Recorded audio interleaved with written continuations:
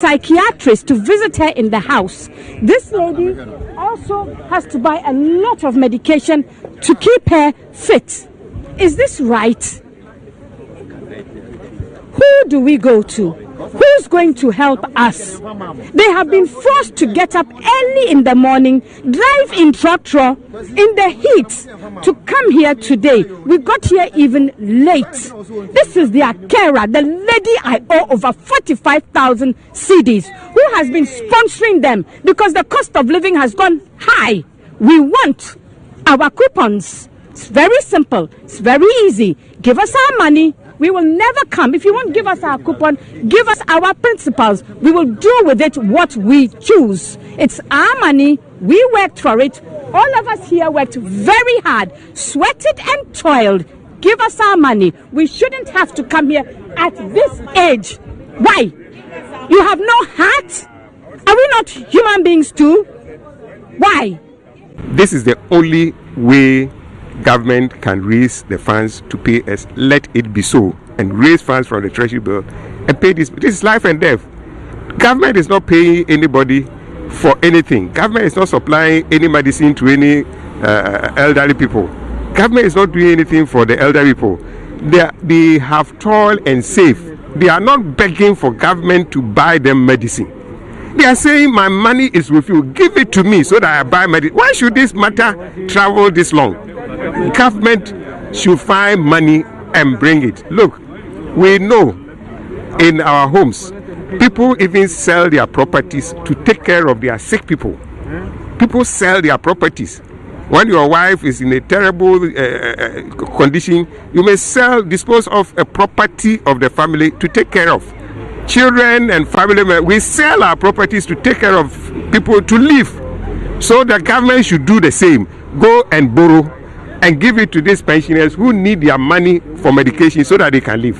It's as simple as that. Unless you don't care, unless you want to have a society where there are no elderly person, then maybe you call it a youth country. Only youths are there. There are no elderly people. But our adage say, we need penny are there. We need penny are penny will fear oye. I went to England when I was 28 years old. Worked very hard. I even did cleaning jobs, cleaning of toilet and things. Met a white man, married him. Come to Ghana, come to Ghana. Ghana is the place. I brought him to Ghana. We first made him invest his money in the microfinance, one of the microfinance banks. That collapsed. He lost most of his money. Then I said, oh, government bonds are very safe. Let's go for government bonds. We've gone for government bonds. Then I sold the property, family property, to feed, clothe, educate old people and young children. My money is gone. What am I supposed to do? I've had to stop paying children's school fees. We want the whole nation to know that there's something has gone wrong. You know, with me here is my bond coupon. The interest is due for payment since March. When I go to March 18th, when I go to my bank, they themselves, they don't have any idea as to when the government will release the money for that. So if the bank cannot help me, and I did a thing at the bank, and if the bank cannot help me, then it means I have to come to the government and ask why. If the government had been paying the interest, that's why I'm talking about the issue of trust. When I did it, they have mature days for the payment of interest. So when the day is due, I expect that if at least after a day or two, it will be paid.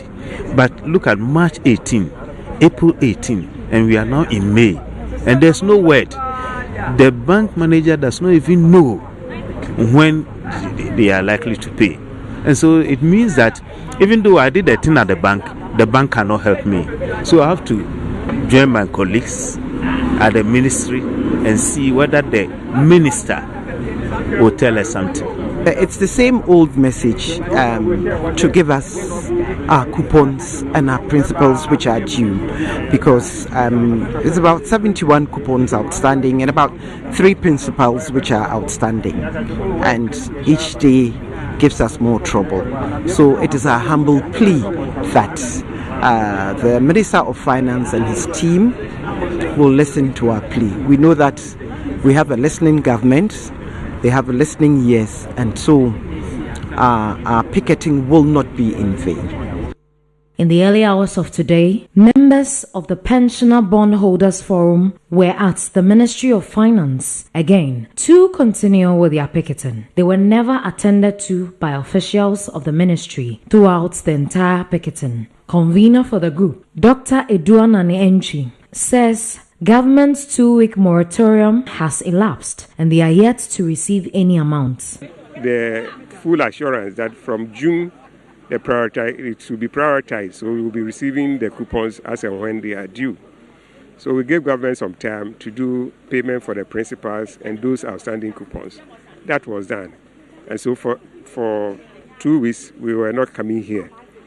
But there is still a coupon, there were still 2 coupons that were due on the 5th June, which was supposed to be part of the ones that government has told the Accountant General to prioritize the payment. Yesterday, we didn't see any payment. The next week came, we didn't see any payment. Then this week also has come. Monday, 4 more coupons has become due, making it 6, and we haven't received any indication of payment. Despite current challenges with payment of the outstanding coupons and principals, Dr. Anani says government securities are safer to invest in. Securities will remain still safer than corporate securities. If our monies were with a corporation, the corporation could go out of business. And we have to go and sell the assets of the company before we get our money.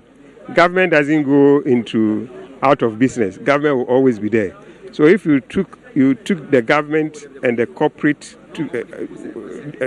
and you are trying to see where should I go, then definitely government is still better than the corporate. So the pensioners were with me yesterday and poured out their hearts, and I'm happy they met you too, and you were able to assure them that they will be exempted.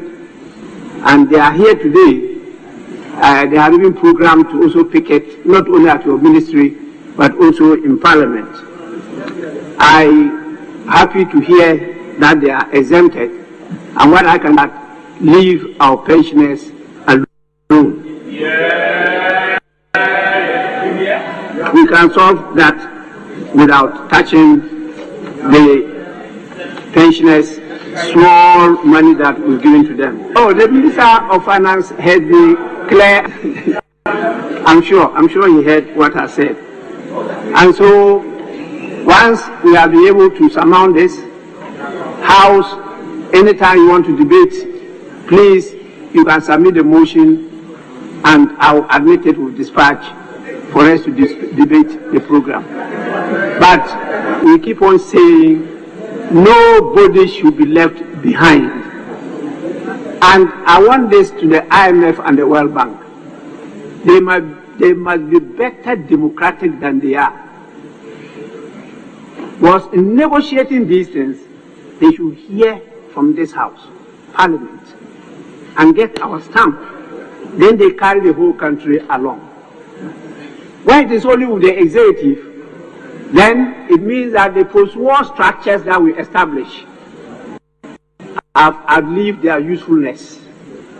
And we now have to get new structures, including the United Nations. We have to change those structures to respond to the current realities time. The pensioners were with me yesterday and poured out their hearts, and I'm happy they met you too, and you were able to assure them that they will be exempted. According to Metro News sources, the victim was on admission and receiving treatment at Winneba Trauma and Specialist Hospital after being involved in an accident but struggled to offset her medical bills. No relative had also showed up to assist, prompting the hospital to discharge her prematurely by allegedly dumping her in a bush along the highway. According to some residents who are eyewitnesses, they saw an ambulance from the hospital dropping the patient and left her in the bush at Ojobi in the Gomwa East District of the Central Region. In a sad turn of event, the patient, who cannot be identified as a member of the community, died short hours later. They were surprised that the facility, which is one of the best in the Central Region, could take such action. Na nipa odi nkomo no chede oyo hoho nya obi a ofi ojobi ha enu ina eja dance de wa hye ne na ebien na POP oda fa akra ntum nkeka no ho wheelchairs ni nchen wa tro echi AGW tam hata ne todo yen todo na mehu na nyim ntum nka de ofena adro ana ekua menyim nya obeka no so kire de oyo obi a onfi ojobi ha Mura so not today mo chire ne tarifu na no hu na ade no fi no won no bai ka no amura so no fi wi ne ba no won bai. Even though management of the facility, which is now regarded as the regional hospital, has been holding meetings with the Central Regional Health Directorate, an official communication is yet to be released. Maybe I need 40 to 45 years, and I 9 ya send POP, and I didn't to my Akatan home or that room. Now, any one or more mantimu home casano, and I'm which we say, answer any more homono, any more hono who say, Amulansa, and no fee a year uniba by Sabia, and a baby mameno ADC homo. Omo yini fi kam na modini see a hwid nimu and omodini see a homo and 3 days any and Abraham amene wo ho no omo nim no omo na baby omo ko yini to ya no so no wo kro ni neja kra na ma wono mo mante mo so no eni mame no nto mo fi se e bia omo be yini esi ho ma na ebucha no oda wakopem ya enra ewiemu ho mo a nkofo echechem se wewu ansa na ekopem wa pa ekodu ho mo no na wahwere ne nkwa oda ho mo na bra adise no ebo eyewini ba abaya resabia no sobo se omo eno ma beja mamini de si ho no yenje mu ho sa yeko eyewini ba trauma ene Dr. George Pra eko kata no medical superintendent ewo eye hospital on do say yes ampa Mammy no, Bayer said Busum Yuni, and Omonia Quincia, Ewa, Ujobi, Equanosuna, Ambulanza, and Namquanos is a saw move the bar, a Winiba Homo. Now, one or Moka or the Hono, a Mubusa for a buy, a Momo Beshe, a Munko for Momu or Bimu de Coy. Now, Mammy, way, a fit down more than a buy, a Buseni Bako crying, and I say, or ba I Sabio or Ababesrano. And I said, the DDM, the Bibia, Negu hospital, no so. Actually, to know, Aquentiano, Nya, no, Unya, Ajum Yare, into a woman or Kikim, or the how Cassia and Abba, I Sabiano so. And the Coban is almost the no more when you sang, come back to me, as an Yare, to me, actually, me feel quite no more than Ako. Now, so Amoya Nisa, Mammy, no one to know. And Omoya say, Omubeko, Kronumo Hawk, and answer Dashes or Mosabeka, Mamine Busia for Abraham Gusu, no, na, Quetri, Omonkasakra Mabre, and a doctor for now, almost a I for no one, and George Pray, catcher, and say, Mamine distepo, I for no more, a Mantemo, hospital, only too much. On no son the Busa form, and I said, Nadia came to Nikakano, Tiatimo, Romo, Homo, and almost Nyombe to me, I say. So also Jobina will free the and they do Jobina Busa for now, Moon Pesser, Ombabe Shawono, Ombabe Fowl, and no some more Jama Minato, a room Homa, Bedu Cassi, Mammy Asher Ninqua. Jacob, Mabo. Musi Winneba Government Hospital. Yes, trauma. Dr. George Pra, my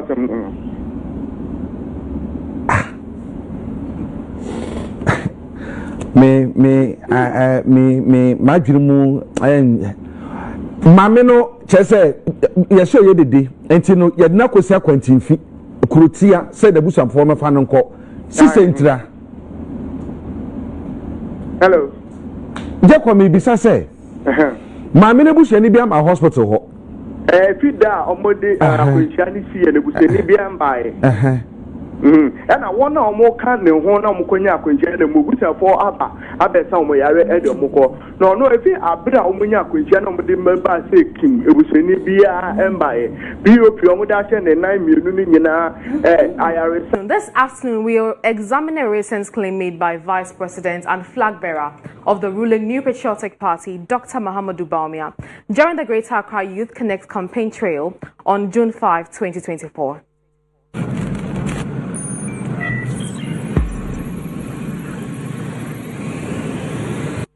Today, for every senior high school student, we have given them 1 tablet for free. 1 student, 1 tablet. We are the first country in the whole of Africa. We are the first country to give all our senior high school students tablets for free. We are the first country. And even in the advanced nations, many have not done it. So we are putting a premium on education and on skills training. Well, that was a speech made by the Vice President, and we are placing emphasis on what he said, that for every senior high school student, we have given them 1 tablet for free. That is a direct quote from the Vice President.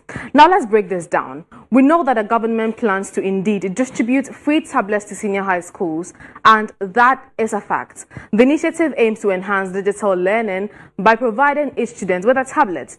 Students will essentially have e-textbooks, million tablets, and that is huge.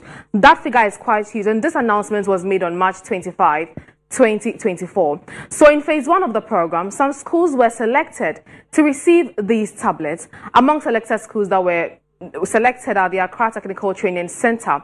We went to ATTC to find out whether all the students in that institution have indeed received their tablets. We haven't received anything yet. We haven't received one student, but have you heard that distribution is ongoing? Yeah, I heard it, but we haven't received anything. Has your school received some? I don't really know, but I'm not sure. I'm not sure we received some. Oh, no, yeah, I'm in final year, but I haven't gotten mine. But moreover, it's a government school, but still, we haven't heard of them. About that, 1 student, 1 laptop. We haven't heard of that. I've not seen some bad. So on May 16, 2024, we understand that 70,000 tablets have been distributed so far. So to further verify the Vice President's claim that every senior high school student has been given 1 tablet for free, we also visited the Accra High School, and this is what they had to say. Currently, the government is doing 1 student, 1 tablet. Have you received one? No, please. Have you seen one on campus yet? No, please. Has any of your colleagues been in Form 2 or Form 1 received this 1 student, 1 tablet? No, please. Why? If not received ours, yes. No. No, please. And I'm willing to. Well, so based on our findings, many students have not received their tablets. In fact, as of last month, only 70,000 had been distributed, and this suggests that the distribution is not as widespread as claimed. Now let's run the factometer to assess the accuracy of this claim.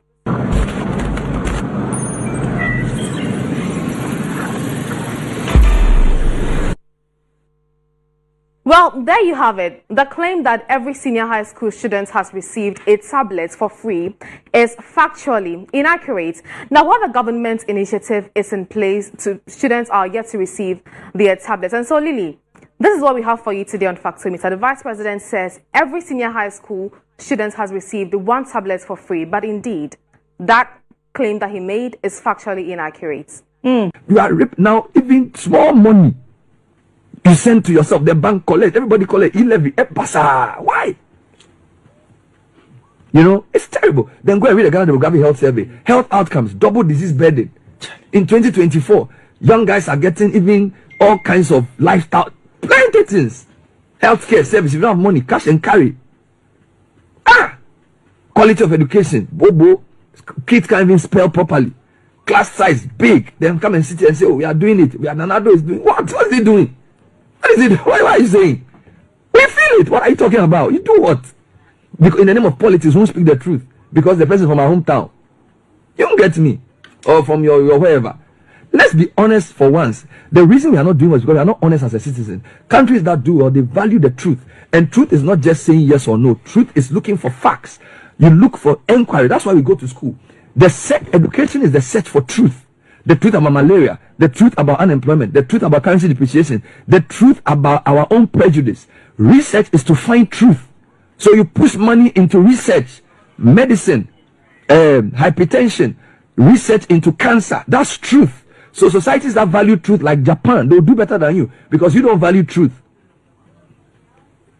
You get me? If you don't, you can pray, but that's not truth. If you don't value, societies that advance, they value truth. They spend money to ascertain the truth about their situation and they solve it, but you don't want to accept the truth. You don't want to accept the truth. You want to tell yourself you are the best and you believe it. The fact that you believe a lie is just delusion. Now you can be delusional. Now delusion means you are lying to yourself. You can lie to somebody, that's dishonest, but delusion is worse than dishonesty, because delusion means you know you are wrong, but you believe, you convince yourself you are right. We are delusional. Ghana, Black Star of Africa for where? First country of Sub-Saharan. So what? Go look at all the facts. Some guy did a video on Cote d'Ivoire. Go and look at the Cote d'Ivoire video. Look at the stadiums they are playing in. Look at the stadium of football. Look at the parks. Is the parks in Cote d'Ivoire you are seeing? Is there anyone in Ghana like this? Even Accra Sports Stadium, they stopped that they are going to do music concerts in a stadium. You go and see nails on the floor and things. Our football is going bad. Then you get up and say, what are you talking about? We can't even compete in football. There's no grassroots, AstroTurfs everywhere. We've lost it. There's no commitment to excellence anywhere. People don't even read any properly. Stories are poorly written everywhere. We are just living, shouting every day, convincing ourselves that we have the first sub-Saharan African country for successful elections. You see there, look at Senegal. Don't rest on your own. Let's get serious. Let's go back to truth. Speak the truth. Why are we failing? That's the thing. Let's go. Let's ascertain the truth. If you don't value truth, you can't advance. Societies that value truth, they will do well for their citizens. We are living a lie. If you live a lie, nature will resist you. Because the lie, you see, truth is reality. So the more you search for truth, the closer you get to reality. That's why some people have put research into things to solve their problems. We don't want to do that. We've thrown all our scientists to the background, all our professors, they are book long too much. We go on air. How can you advance? How can you advance? You are doing the discussion on the policy. When you are in power, it means everything you want to say is true. People have... We're also a very high indebted country. And we began the process of reprofiling Ghana's public debt. As you know, the public debt ended at 122 billion Ghana cedis in 2016. And so we, as a matter of strategy, began the process of reprofiling our debt. This just means that we are replacing more expensive debt with less expensive debt, short-term debt with longer-term debt. This is what is happening. And so you saw that last Friday or so, Ghana issued a bond essentially to do this reprofiling. And in that context, we raised some $2.25 billion of investment that came in to buy this cedi-denominated bond. There was a cedi bond which was issued for 15 years tenor, 15-year tenor, and that brought in 2.25 billion. But what is so remarkable about this particular transaction, and I think it is, for me, the deal of the year so far, we've been able to reprofile our debt, get more foreign exchange without increasing our debt stock. That is $1, 1 CD. In the time of Mills and Mahama, 2 CDs, $1. If I was done, I would say to the people of Ghana, I'm sorry. We are sorry for the poor work we have done. We're going to go and think about ourselves. But that is not the people we're dealing with. The fruits of office, the money under the table has become sweet for them, so they're determined to stay. Are we going to allow that to happen? Are we going to allow that to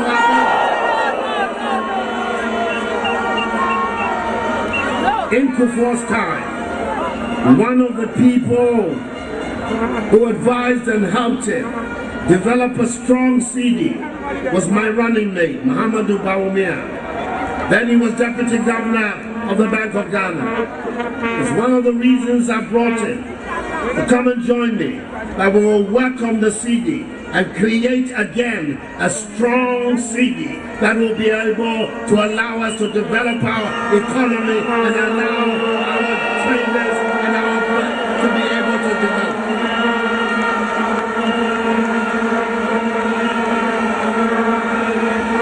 We have told the world, if you reach a certain stage in life and there is nobody who can look you in the eye and tell you the truth, you are doomed.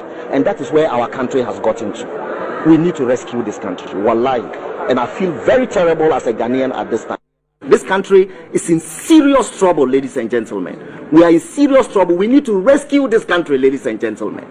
The presidency has been so depraved, so muddied, so dirtied, that I tell you in all sincerity as a Ghanaian, that I feel terribly sad today as a Ghanaian. We need to rescue this country. Wallahi, inshallah. Please don't cry. We shall rescue our country.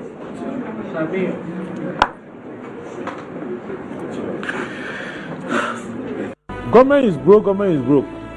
The people are spending billions to go inside the government that is broke. Have you ever seen a minister who resigned because government is broke before? Government has no money. Have you ever seen a governor who said, ladies and gentlemen, when I was elected, I thought the government had money. Now I discover government has no money, I resign. Have you ever seen it? Government has no money, but they are bringing money out at election time. Where is that money coming from? So they are lying. What is happening is that there are two types of wicked people in government. Type 1, they eat current money. Any money they find in government, they will eat it. They are wicked about that one. There is type 2. Type 2, they eat current money and future money. They will say, my term will end next year. When I leave, how will I eat money? Let me borrow money now and borrow money of the future and eat it now. Right, hello, good morning and welcome to the show. This is Good Morning Ghana live on Metro TV. It's a Tuesday, the 18th day of June 2024. By His grace, we're live and we're here. We're yet another edition of the show. Our gratitude to go to Most High God for the very privilege of being alive and, of course, the opportunity of having another conversation around the top stories making the rounds here in our dear Republic. I'll let you into our panel for the morning's conversation shortly, but let's take a look at the front pages of our newspapers. Daily Graphic. December polls focus on policies, not religion. Dr. Bawumia advises electorate. Court dismisses Atuforsin's appeal for lack of merit. Show compassion for well-being of all. Former President Mahama charges citizenry. Africa must build robust public transport system. Ofori Isiama. The Ghanaian Times. 2024 polls not about religion. VIP admonishes. Let's pray for peace and success of upcoming election. Ex-President Mahama. Ghana Health Service suspends Winneba Trauma Specialist Hospital medical director over death of patient in Bush. Gridco ECG announced 3-week power supply interruptions. Daily Guide, 2024 elections, vote on ideas and policies. Bawumia. Africa greatest victim of Ukraine-Russia war. Nana. 2.37 million euros ambulance case. Court throws out Atuforsin. Adenta NPP parliamentary candidate to sponsor 5,000 BEC candidates. NLA gets European Lotteries Observer membership. CRM, Blue Ocean dispatches cylinders to exchange points. The New Crusading Guide. Court of Appeal throws out Atuforsin. Inspire others to achieve greatness. Yoko Boss urges GFCSC graduates. Bawumia's campaign strategy daises NDC. Paul Chumberima declares. Former workers of BCM Ghana to petition Shraj over injustice against them. A trip down memory lane. SFO 2002 investigative report on SNIT and DIC on state hotels. Part 1. Compta Mines enhances small-scale mining with advanced machinery. The Daily Statesman. Your appeal holds no water. Court of Appeal throws out Atuforsin. Ghana secures seat on Shelter Africa Development Bank Board. Minister calls for robust African transport system. SETAC strike described as illegal. Puzuri Group, ICO, partner to improve crop yields. The Daily Searchlight. NPP running mate saga. Bawumia confused, indecisive, and stymied. That's a question. Why are we giving licenses to mine in forest reserves? Nana Akumia. CRM is ready as Blue Ocean dispatches cylinders to exchange points. SETAC strike illegal. Return to classroom for negotiations. Fair Wages Commission. Minister of Education awarded for transforming education. Daily Post. Business community rallies to support Mahama at fundraising dinner. Demo today to stop the sales of Senate hotels for peanuts by NPP government. Lordina Mahama calls for unity within the NDC as the party prepares for the 2024 elections. Senate itself would have been sold if the minority did not intervene. Secretary General of the Ghana Federation of Labour. Economy Times. Foreign direct investment volumes shrink for first quarter 2024. Ghana youth unemployment stags around 7.16%. AFDB report. CD to NE at 15.91 to $1 as analyst revises forecast. And that's about it for the front pages. We'll be back shortly.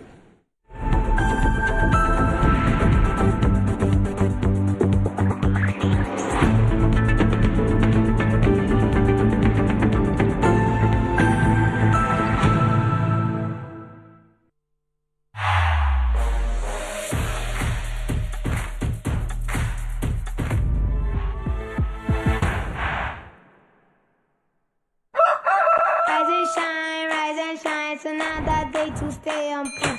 Toast is Friday, it's still on point. Watch is Friday all day long. Still on point, yes, it's still on point. It's still on point. Watch is Friday, it's still on point. For your bread, it's creamy. For your toast, it's still on point. It's yummy, delicious. It's still on point. Still on point, yes, it's still on point. It's still on point. Still on point, yes, it's still on point. It's still on point. For your toast. It's still on point. It's still on point. Fortune spread. It's yummy, delicious. It's still on point. Fortune spread. Delicious, creamy, and always on point. This advert is FDA approved. We are back, bringing you the latest lineup from Betway. Betway starts strong with their front two, with Free Play Friday and Swipe Bet. In the middle, you've got all the control with Cash Out and Build a Bet. Plus, with Win Boost, you can boost your sports bet. At the back, they have Smart Picks and the Partial Daily Jackpot. You always get way more with Betway. These adverts have been vetted and approved by the Gaming Commission of Ghana. Bet responsibly. No under 18. Terms and conditions apply. Betway. Get way more. In today's modern world, stairs are a challenge, especially for our elderly and those with health concerns. Navigating them can be difficult and even dangerous, but there's a safer way to move vertically. Lifts and Elevators Limited Company, your answer to a more accessible and secure vertical transportation. Our elevators and escalators, including top-of-the-line pneumatic vacuum elevators, Fuji elevators and escalators, offer a safer and more convenient alternative, eliminating the risks of stairs and enhancing accessibility for homes, businesses, and hospitals. Choose safety and convenience with Lifts and Elevators Limited Company. Elevate your spaces today. For more information, visit our website at www.elevatorsgh.org or call now on 0200-535-515. Lifts and Elevators Limited Company, the elevator people.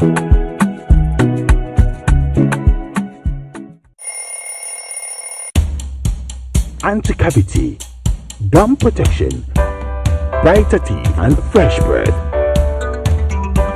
I'm a fair missy way. The patch of Bantama. Matasi. Circle. It's her smile, the fresh breath. Me, Judy said we use a Cal 360 toothpaste. Some kind. Cal 360 toothpaste. That's here. Cal 360 toothpaste. It's a gum protector. Onim jom kasa. Kile hosing. Cal 360 did the way. It's cool mint. Gives me fresh breath and your confidence booster. You so feeling kika when you Cal 360 toothpaste. Happy smile. Cal 360 toothpaste, anti-cavity, gum protection, brighter teeth, and fresh breath. Cal, happy smile. This advert is FDA approved. We are back bringing you the latest lineup from Betway. Betway starts strong with their front two with Free Play Friday and Swipe Bet. In the middle, you've got all the control with Cash Out and Build a Bet. Plus, with Win Boost, you can boost your sports bet. At the back, they have Smart Picks and the partial daily jackpot. You always get way more with Betway. This advert has been vetted and approved by the Gaming Commission of Ghana. Bet responsibly. No under 18. Terms and conditions apply. Betway. Get way more.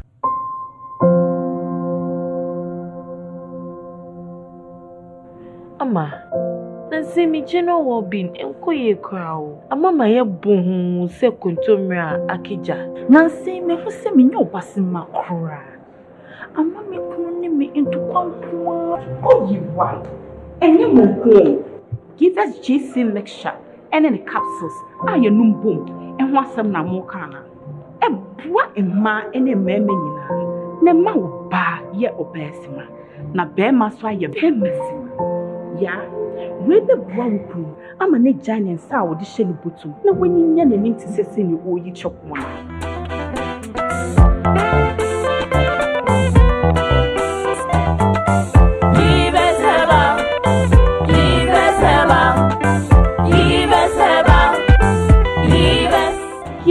BC mixture and a capsule. A pin for a batter, one more menu for one and Quada when you feel to me.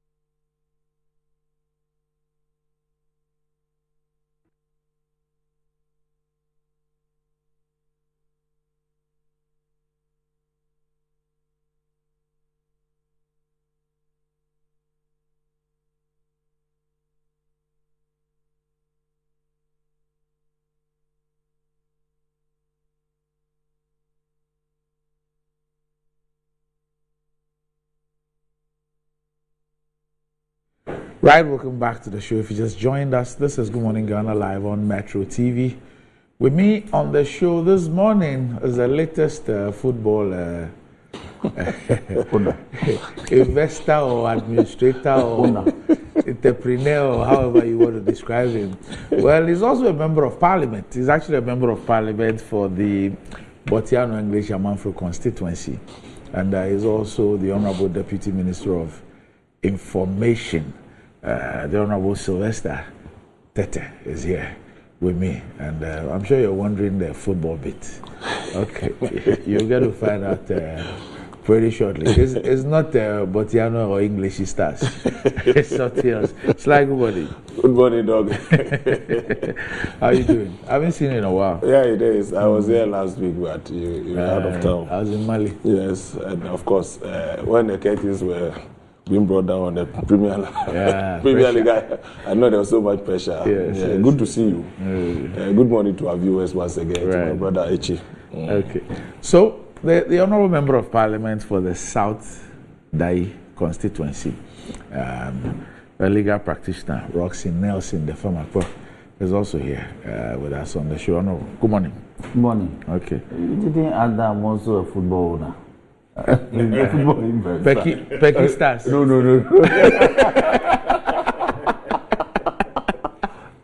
I support them. I support clubs in my constituency.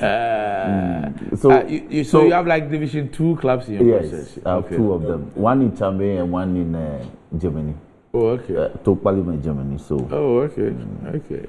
It's a group of chaps who have come together to. And interestingly, they play both home and away matches in home. Because you don't have the we are working infrastructure. on that. Okay. We are working on that. Okay. Division 2, the infrastructure requirements are not that stringent. Yeah. But I mean, once you have a good playing field, fence. Sakura Park. It was something I never understood, that your home matches will be played somewhere and your away matches will be played on the same venue. Yes, it's because you don't have you don't have. You determine your home ground. So if you don't have the facilities, you could be moved. No, there are countries where the entire league is played at one or two venues. Yes. Wow. Yeah, because they don't have. Because of the. I mean, even Cote d'Ivoire until recently, they had some particular venue because they wanted what will go on TV to be. Okay. You know, but now we have some standard. The AFCON, you see, they've done a lot of top class facilities, so they're good. So Sly is our newest is joined us now, all the way in the Western region. Yes, Baseke, Baseke Holy Stars FC. Newly promoted Premiership team. We have to investigate you how you acquire football clubs all over the place. As Deputy Minister of Information. All over the place, you said? All over the place. Oh, but has he told you that he has acquired? You don't even. You haven't acquired. How did you invest? How can you invest when you haven't acquired? He's investing his time and his brains. Yeah, you don't. No money. Free carriage. This is a free carriage. You know. It's free carriage. So. It doesn't mean I've acquired it, so be careful choice of words. Don't quote me wrongly. Before they go and cite you for not seeking permission from for engaging Office of Profit. You know, that's been the passion. Some of us, we followed football from infancy, and we always want to support football, whichever form or shape. In my constituency, they all know. You know, I've sent people for GFA license, is this C or D training courses in Pram Pram. It's been quite useful. Every year, I organize a Sylvester Tete Cup in my constituency. I have the biggest and most beautiful AstroTurf now in Tuba. And I know, yes, Dreams is coming there as a home. Does it have an inner perimeter? Inner perimeter, VVIP stands. We have the stands, 1,000 seater. Clubhouse, changing rooms. Yes, I have everything. At Tuba. At Tuba. It's quite really beautiful. So most of the Division 1 Middle League were played there. Vision was playing there. Vision was Atram was playing there. So now I hear Dreams is coming there. So we are so excited and hopeful. Really? Yes, that they should come. We are welcoming them to come. In fact, from morning to evening, many different clubs are using it. Oh, you have lights? Yes, we have light and everything. It's the most powerful light you can think of. So we will be developing another one also in Amamfrom very soon, just to promote sports development and talent. And Baseke FC is in town to break the season. That's the name of the club. Baseke FC. Watch out for Baseke FC in the coming season. From the Nzima area. Of course. That's so they are in town to be playing some local teams to climax the season. We had the coronation over the weekend, Saturday in Nzima, and of course they are here. This afternoon they will be taking on the winner of Tuba.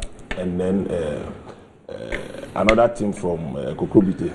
The man is milking the team. Oh, of course. It's for the local people to also have a feel of it. We have some Division 2 clubs. So we're playing the Salah Gala, and then the winner will be playing the newly promoted Baseke FC today. So they got into town last night, and this morning we've gone for a shake-up. So we'll be playing this afternoon at 4 p.m. So the match starts at 2, and they'll be playing at 4 p.m. today at Tuba. So I'm entreating everybody to come to the most beautiful tuba AstroTurf. It's beautiful, Randy. You should come have a look. I'll come look if the at Premiership start, obviously you'll be coming there. So definitely. You'll be coming to play there. I'll come look at it. Yeah, it's beautiful. Maybe I need to also ask Mr. Qatar, the Greater Accra FA chairman. Oh yes, he knows there. Okay. He's been there a couple of times. He knows the place. So in fact, they called me last week that they are going to start their middle league. Yes. So I'm looking forward to They need support. I'll support them. They need a lot of support. Because they're going to play at the Accra Sports Stadium. Yes. And it costs a lot of money. I may have to arrange a match between my two Parliament Stars and Chame Young Stars. No problem. Yeah, you have to. Yes. No, I will come. Local derby. Yes, local derby. It'll be a big one. Yes, it will be. When is the Yam? Is it a Yam festival? We have 2 festivals coming up. We have the Yam Festival and then the Gbizan, the Gbi Festival. So, which date? Which month? The Yam Festival is in August. Okay. And the Gbi Festival is in November. No, November, December. This is an election year, so I suspect they will move. So the August one could be a precursor to the new season. That's right. So we can arrange that. We'll beat your Bakasa boys. Hey, be careful. You are not scared of the day. No. Oh, so this is the. That's Tuba Astro. Okay. That's the Tuba Astro. This is my production people. They are serious. They are sharp. You know, let me say this. In 2022, the president came to Peki to celebrate the 175th anniversary of the AP Church. Okay. And so we were on the days and we were having a chat with the regional Did the church start from Peki? Yes. The EP Church. The EP started from Peki. 1847. Okay. So before I became MP, that event was always celebrated in home. But through the instrumentality of myself and some others, we fought. You brought it home. To Blango. So we had. But that was so unfair. Yeah, we had the 175th anniversary celebration. The president came in a helicopter. So did you have to add that? Oh no! So on the days he asked me what he could do for the young people. So I said that's AstroTurf. And so they are building one for us in Peki. Originally, we thought it could be located at the Chame Park, but it's been moved to Jake. But whatever it is, it's still within there. Yes. That's please. The maintenance. No, make sure that the dimensions. Yes. Yes. The playing surface itself, the playing field itself, then the wide marks. Yes. It meets the line. Yes. From the line to the bench, from the bench to the inner perimeter. Kindly make sure that they all meet the standards. Okay. You see, that's when over 90% of the AstroTurfs don't. But you see, honestly, what's being built looks very small. Usually, AstroTurfs that were built by the institutions, those that are not coming from the Ministry of Sports, Youth and Sports, don't really have, because these are community parks that AstroTurf. So they are for purposes other than competitive football. Exactly. Yeah. They are for training purposes and perhaps community. But what we requested for is one for football matches. So you should have. Make sure. Sometimes on the basis of cost and all that. They cut it down. They reduce the size. Have they laid the turf already? No, they are doing the base. The base. Yes. Why there's still room for since that is the only turf. But is the land? Yeah, the park is bigger. Okay. In fact, it's sitting in the middle of the park with wide spaces. So there are a lot of spaces. Okay. You see, this is an original football pitch. Okay. That's been converted into, and it's normally the so-called original pitches themselves don't meet the standards. So when they go, they build to fit. Because some of these pitches over time have had a lot of they've had a lot of built-up situations. Yeah. Okay. So they've been trespassed. So you find that people still play at those old places by the sides, and there's no opportunity for to expand any expansion. To standardize, and it impacts the players. So for many of you politicians, for nostalgic reasons and also for harvesting of votes. Even when it's pointed out to you, and I know this because I've asked a lot of questions about it, even when it's pointed out to you, you insist that for those reasons, the thing must still be done at those places because they represent something within the community. Some sentimental, or that's where majority of sentimental value. That's where majority of the votes come from. So although you have other parcels of land, alternative, where you could have this built in the same constituency, you insist that the thing must still be at where you can only get 77. The Chame Park, it has a double pitch, which the entire Peking knows that the Chame Park is the biggest one. So this project should have been located in Chame. But find out and get the right measurement. When Owusu Ansah was at the ministry, he was always insisting about the site. That's Rex. Yes. Rex Owusu Ansah. No, Dr. Owusu Ansah. The one who just passed. Okay. Oh, he passed? Yeah, Dr. Owusu Ansah is passed. He's gone. Oh, I'm sorry. I think a couple of months ago. Wow, I didn't know that. He was very particular about it. And he was a consultant when the Esiama was the minister. He was a consultant to the ministry. For your resource centers? Yes, for the resource centers. He was a consultant. So he was special advisor to the minister on infrastructure. Yeah. May he so rest in peace. All right. Okay. So, well, if you're thinking of getting a toothpaste that will take care of the entire family and also save you a lot of money, the recommended family toothpaste is KEL 360 toothpaste. It's approved by the Food and Drugs Authority. KEL 360 toothpaste provides you and your family with all-round dental protection throughout the day with freshness. KEL 360 toothpaste is good for kids, children, and adults. Let your family be a proud family when they step out by constantly using KEL 360 toothpaste. It brightens your teeth, prevents cavity, and with its cool mint, gives you a fresh breath throughout the day and protects the gum from decaying. For consistency and quality, use KEL 360 toothpaste. KEL 360 toothpaste is another product from Samara Company Limited, producers of Sasso. It's available in all supermarkets, malls, and provision shops. Call Samara Company on 0246 864 798. KEL 360 toothpaste. Happy smile. And enjoying the fruits of your labor is as important as enjoying the mansions of your labor. The pains of climbing the stairs when exercising could be challenging, irrespective of your age, but worry no more. Lift and elevators have got you covered with the best portable American pneumatic vacuum elevators on the market today. It's a simple, self-supported elevator for both homes and offices, and guess what? It can lift your goods too. Wheelchairs can fit in, and they come in 3 custom-made models. It's affordable and can be installed within 3 days. Visit Lift and Elevators at Sakumono, or just call them on 0200-535-515 or send a mail to elevatorsgh@gmail.com for consultations and the best solutions in easy vertical movement. Sly, how exciting or challenging is your new portfolio? Deputy Minister of Information. Randy, thank you. As part of the injury time squad.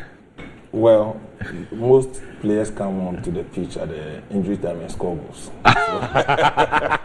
We're football administrators, so you should know that substitutes come in and do magic. So for that reason, I remember when we were playing against Mali, we saw the changes the coach did, and the magic that came with it. So I believe that no matter what the time you are brought on the pitch, you must make your impact be felt by the good people. Of course, 6 months to the end of elections, we are clear in our minds. Randy, we've been doing this for a while now. I've been the vice chairman of the communications committee in Parliament, having oversight over the Ministry of Information. So I've had some inside information with respect to the operations of the Ministry of Information for that matter. I've worked closely with the then minister and the ministry. Clarify something for me. Yeah. So with your appointment, would you step down as the vice chair? Yes, I will. Right. I mean, the new committees have been constituted. You cannot be a referee in your own court. So obviously I cannot. You cannot oversee yourself. Yes, of course. Okay. I cannot do that. So obviously, but there was a meeting last Friday with the Minister for Communication and Utilization with the committee. I couldn't chair the meeting. The chair was out of town. I couldn't chair the meeting for obvious reasons. So I had to sit in the meeting as a member. or as an observer, even though the official processes for change of committees has not been done yet. I only sat in the meeting and another member chaired the meeting. Even in the absence of the chair of the committee, I couldn't have chaired that meeting as it were.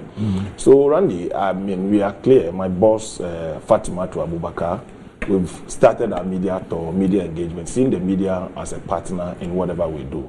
Our mandate is clear: to disseminate government information and help to bring some policies to the management of information sector. In our rounds, a lot of things have been revealed to us, which we are aware of some of them already.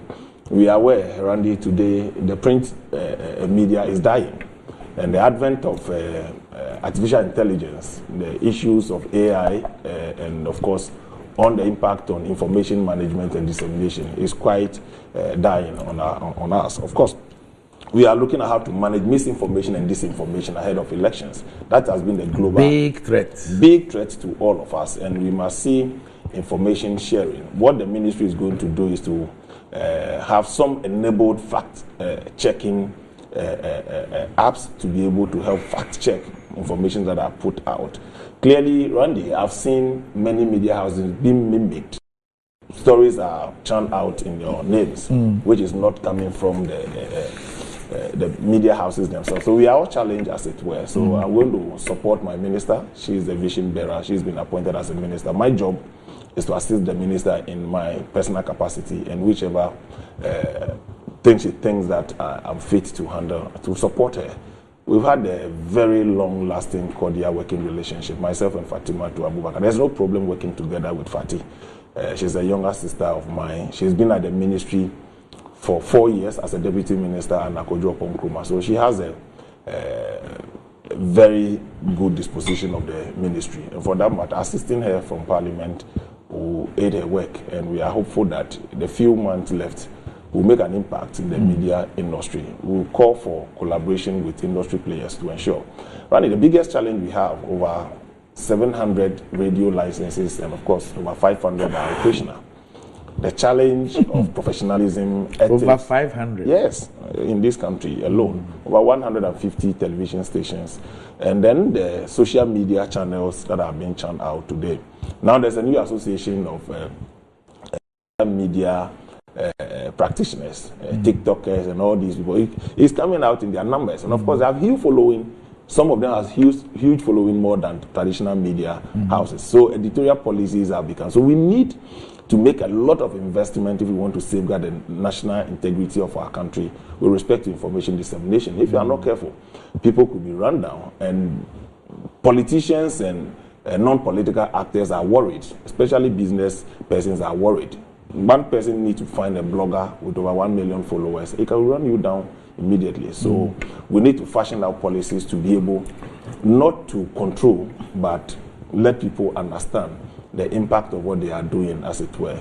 The laws of this country are quite clear, and that government cannot subject the media space to control, governmental control. That is why even the state-owned broadcast is not under control. But of course, we owe it as a duty to shape policy in that direction. So it's a huge task and a burden for all of us to be able to see how, wherever you find yourself, once you sit behind the console, and we realize that media, we have a media capacity and training. We need resources to train the media practitioners and even the public. Their own understanding and their participation in the media space is quite key. So if you look at the Ministry of Information, you might think that perhaps it's a government mouthpiece for churning out propaganda for government. But it goes beyond that. If you really want to stay on the mandate of the ministry, but the bottom line is the ministry need the necessary logistics and funding. If you look at IS, the Information Services Department, formally, those days you have to go to communities and show cinemas, and these days, when you put it out there, nobody will be watching.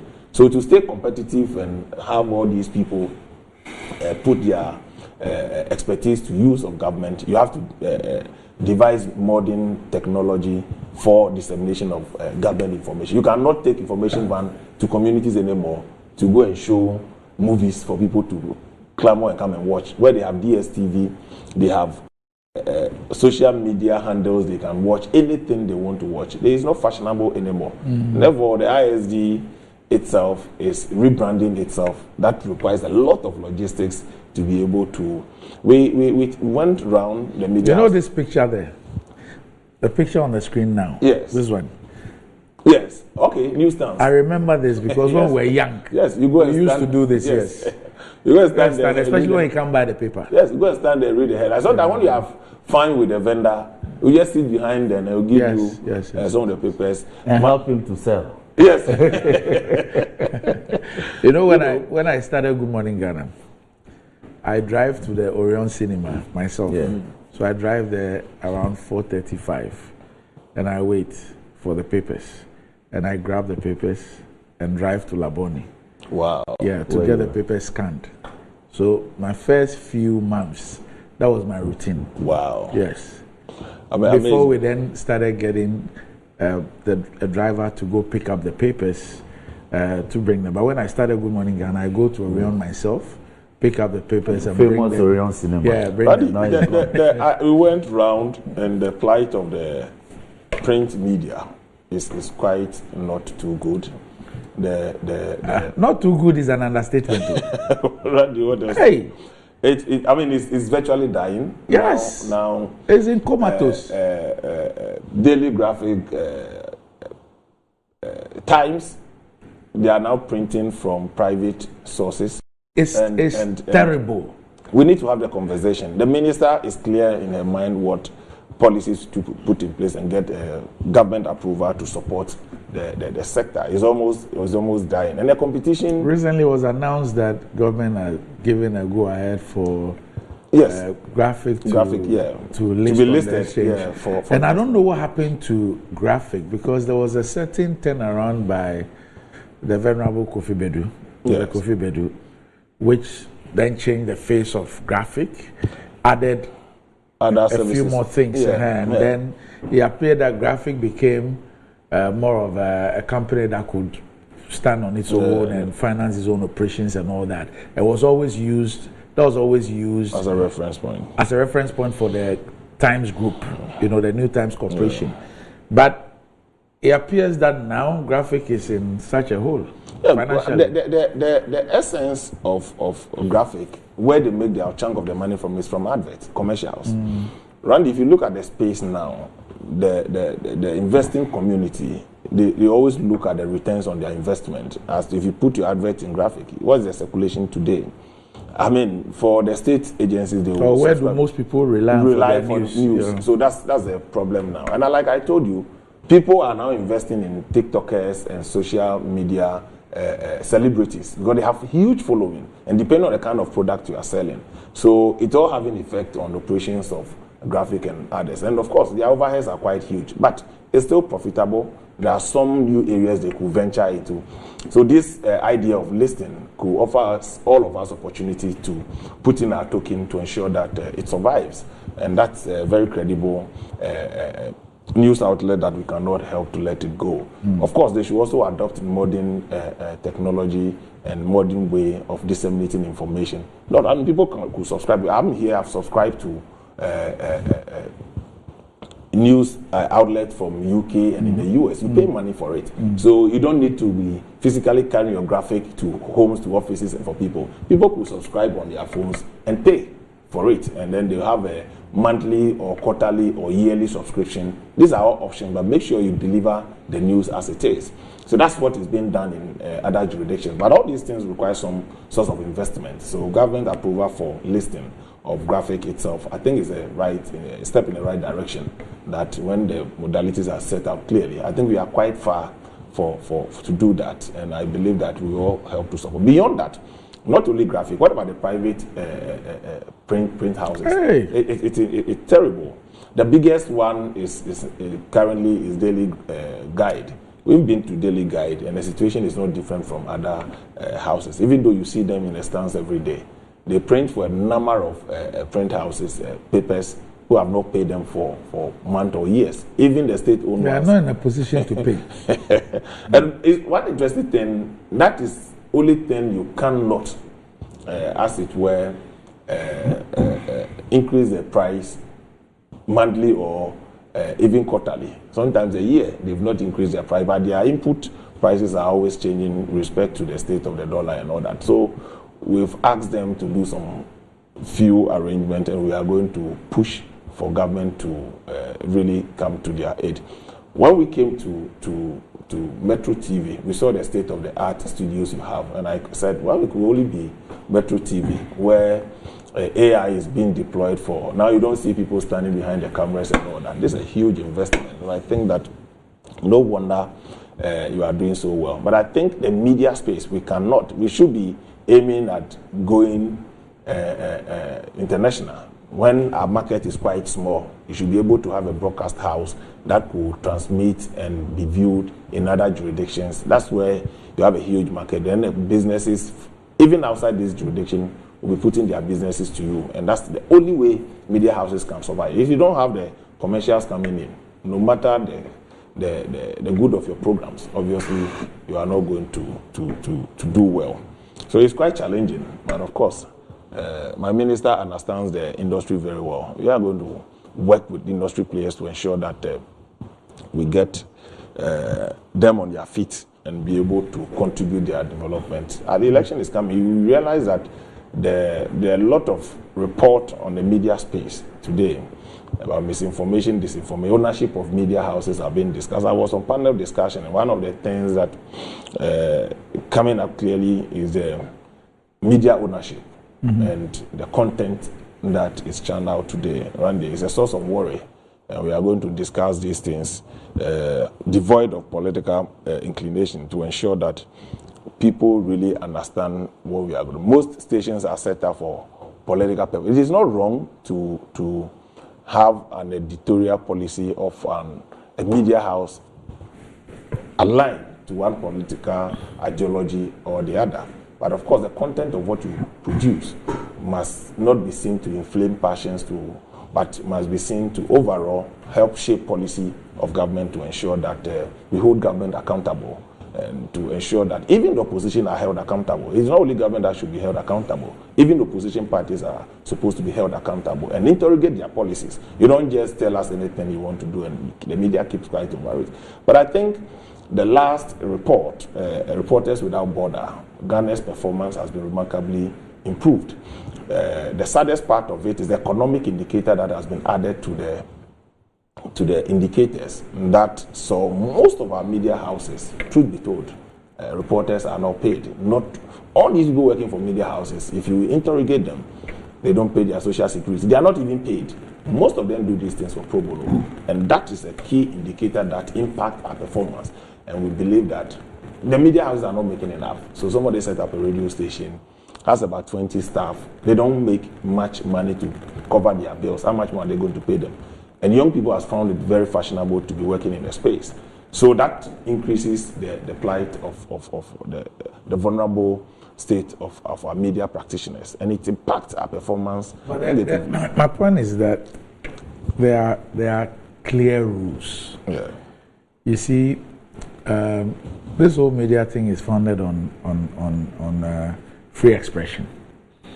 But when you decide to set up a business to engage in free expression, it then becomes an issue that goes beyond free expression. Exactly. I hope you understand. Exactly. And those are sort of things that we must watch. I keep telling people that, look, basic things like training and retraining. It's key. Zero. I mean, I dare say that about 99% of media houses do not even have a training and development policy. They don't. But the person to initiate that himself do not even have the basic training to institute that within them. I sometimes use myself as an example, and I say that, look, I've worked full employee for, let's say, 3 media houses. None of them is even taking me to a 30-minute workshop. You always do that on your own? Yes. So it's just the pursuit of personal development. Exactly. That pushes you and all that. And me, for the life of me, one of the biggest issues that I also have, and this thing of this media whole thing ought to be, we need to have a proper engagement on it. But look, we're pretending to have a public broadcaster or public broadcasting in this country, but we don't have it. And that is the biggest problem. A country like Ghana needs a proper public broadcaster, not a state broadcaster. It's a public broadcaster. A public broadcast, proper public broadcaster. So these are pretense with GBC and what GBC is doing and all that. This country needs a public broadcaster more than ever. So a GBC, in my view, is needed more than ever in a country like Ghana, especially in these times where you have a lot of the country very polarized. This is where you need an efficient public broadcaster. Unfortunately, how we have turned GBC into is not making that thing a reality. And it's something we need to confront. We are pretending that we have a public broadcaster. The public broadcaster is also pretending to be engaged in public broadcasting. But that's not what is happening. And so we are shortchanging ourselves at both ends. And it's time that we critically took a look at it and looked at how we can redefine and reposition GBC to play its role as a public broadcaster. And I'm sure that, look, if you go to, say, the States and you look at how popular public broadcasting is, you'll be surprised. You'll be surprised. And how over the years it has evolved. The last time I think it was in 2005 where I got to study about public broadcasting in the US, because of the US State Department program. At that time, they were relying on only 8% of their total budget was funded through the Congress. So 8%. Only 8%. Over time, from 100%, they are getting to a point where, as at 2005, 92% didn't come from the state. And even that one was through Congress, not the executive per se. I am sure that by now it could 100%. Probably be close to zero. And then you have the ombudsman working efficient. I tell people that if I cannot work in a public broadcast space because I'm opinionated, I hope you understand what I'm saying. So it works. So somebody gets up and is going to tune to C-SPAN. They know what to expect. Exactly. If they are in Minnesota, they want to listen to Minnesota Public Radio. They know what to expect there. Yeah. If they decide to go to the Foxes and CNNs and others, they know what to expect there. Skewed. Yes. And so for a country like Ghana, we really, really, really need a proper, efficient public broadcaster. But we're pretending to be spending some money, and we're also pretending to be getting some public broadcast service. But that's not what is happening. You see, when you go to GBC and you realize that over time, and GBC has a number of affiliates, the investment required for them to be able to make the returns and to be on their feet. So successive government will always attempt to support them. I think that the new broadcasting bill helped to fix some of these issues. Now it's gone through the AG for review. We've done the public's engagement. It will be coming back to Parliament for approval, and then subsequently being ascended to by the President. I believe that these are some of the things that we should all be looking at in the best interest. I've always been saying that politicians is either on the left or on the right at one point in time. So we must all work to ensure that the sanctity of this environment and these tools that we need every day of our lives, devoid of undue political advantage. And I think that GBC over time has had a good opportunity to be able to assert itself, to be able to play that public broadcasting role that one expects them to do. But before they get it, like you said, from the US, it took time for them to come to where they are. Yes. So we know it will take time. So conscious of this effort, we must all endeavor to really fund them in the state-of-the-art equipment. You go to some of their studios and all that. I think that there are people who have retired from GBC for years. Their service entitlement had not been paid. They had to keep occupying the bungalows where they were until recently. that they have to look for money and sell some assets of GBC to be able to pay them off, to free the space and all that. There are a number of issues they've had over time. So we must all sit down and agree that this is the role we want you to play. How do you get there? We need to put the right investment. And then we will tax them that, look, henceforth we expect that before these equipment are worn out, and you see, over time, we've overloaded GBC and other state institutions that are expected to play the public media role with a number of employees. You go there and you realize that if a private person owns this, perhaps we use 1/3 of the people who are working there or less. So the burden, the overhead of running these institutions over time, and they will continuously be paid by the state and all that. But I think that this is a conversation we must all have to really draw the line between what a public broadcaster is and what a state broadcaster is. I mean, nobody is scrambling for public state broadcaster anymore. Then the private sector must also it's not fit for purpose. Must also be encouraged to play its role to complement the work of the public broadcasting as it is. Okay, so Honorable, yes, you have any comments on this first? Yes, I heard Sylvester. You know the disinformation and misinformation one. I saw one last week. You saw the one with the NDC, NDC list. Minister. With me as a Minister for Youth and Sports. Yes. you feature prominently. I saw it just, hey, you know, when nobody sent it to me, I laughed. When they cook things, that's what happens. Look, Eche was missing. Proper cloning. You were missing. I was missing. Hey. You know the list. It comes in batches. They should have given you voter regional minister. You know, the list, it comes in batches, so it happens. Look, I've just listened to Sylvester. It was waxing lyrically about your boss was there for 4 years as deputy, and you are telling me she's the vision bearer. She has no vision to implement.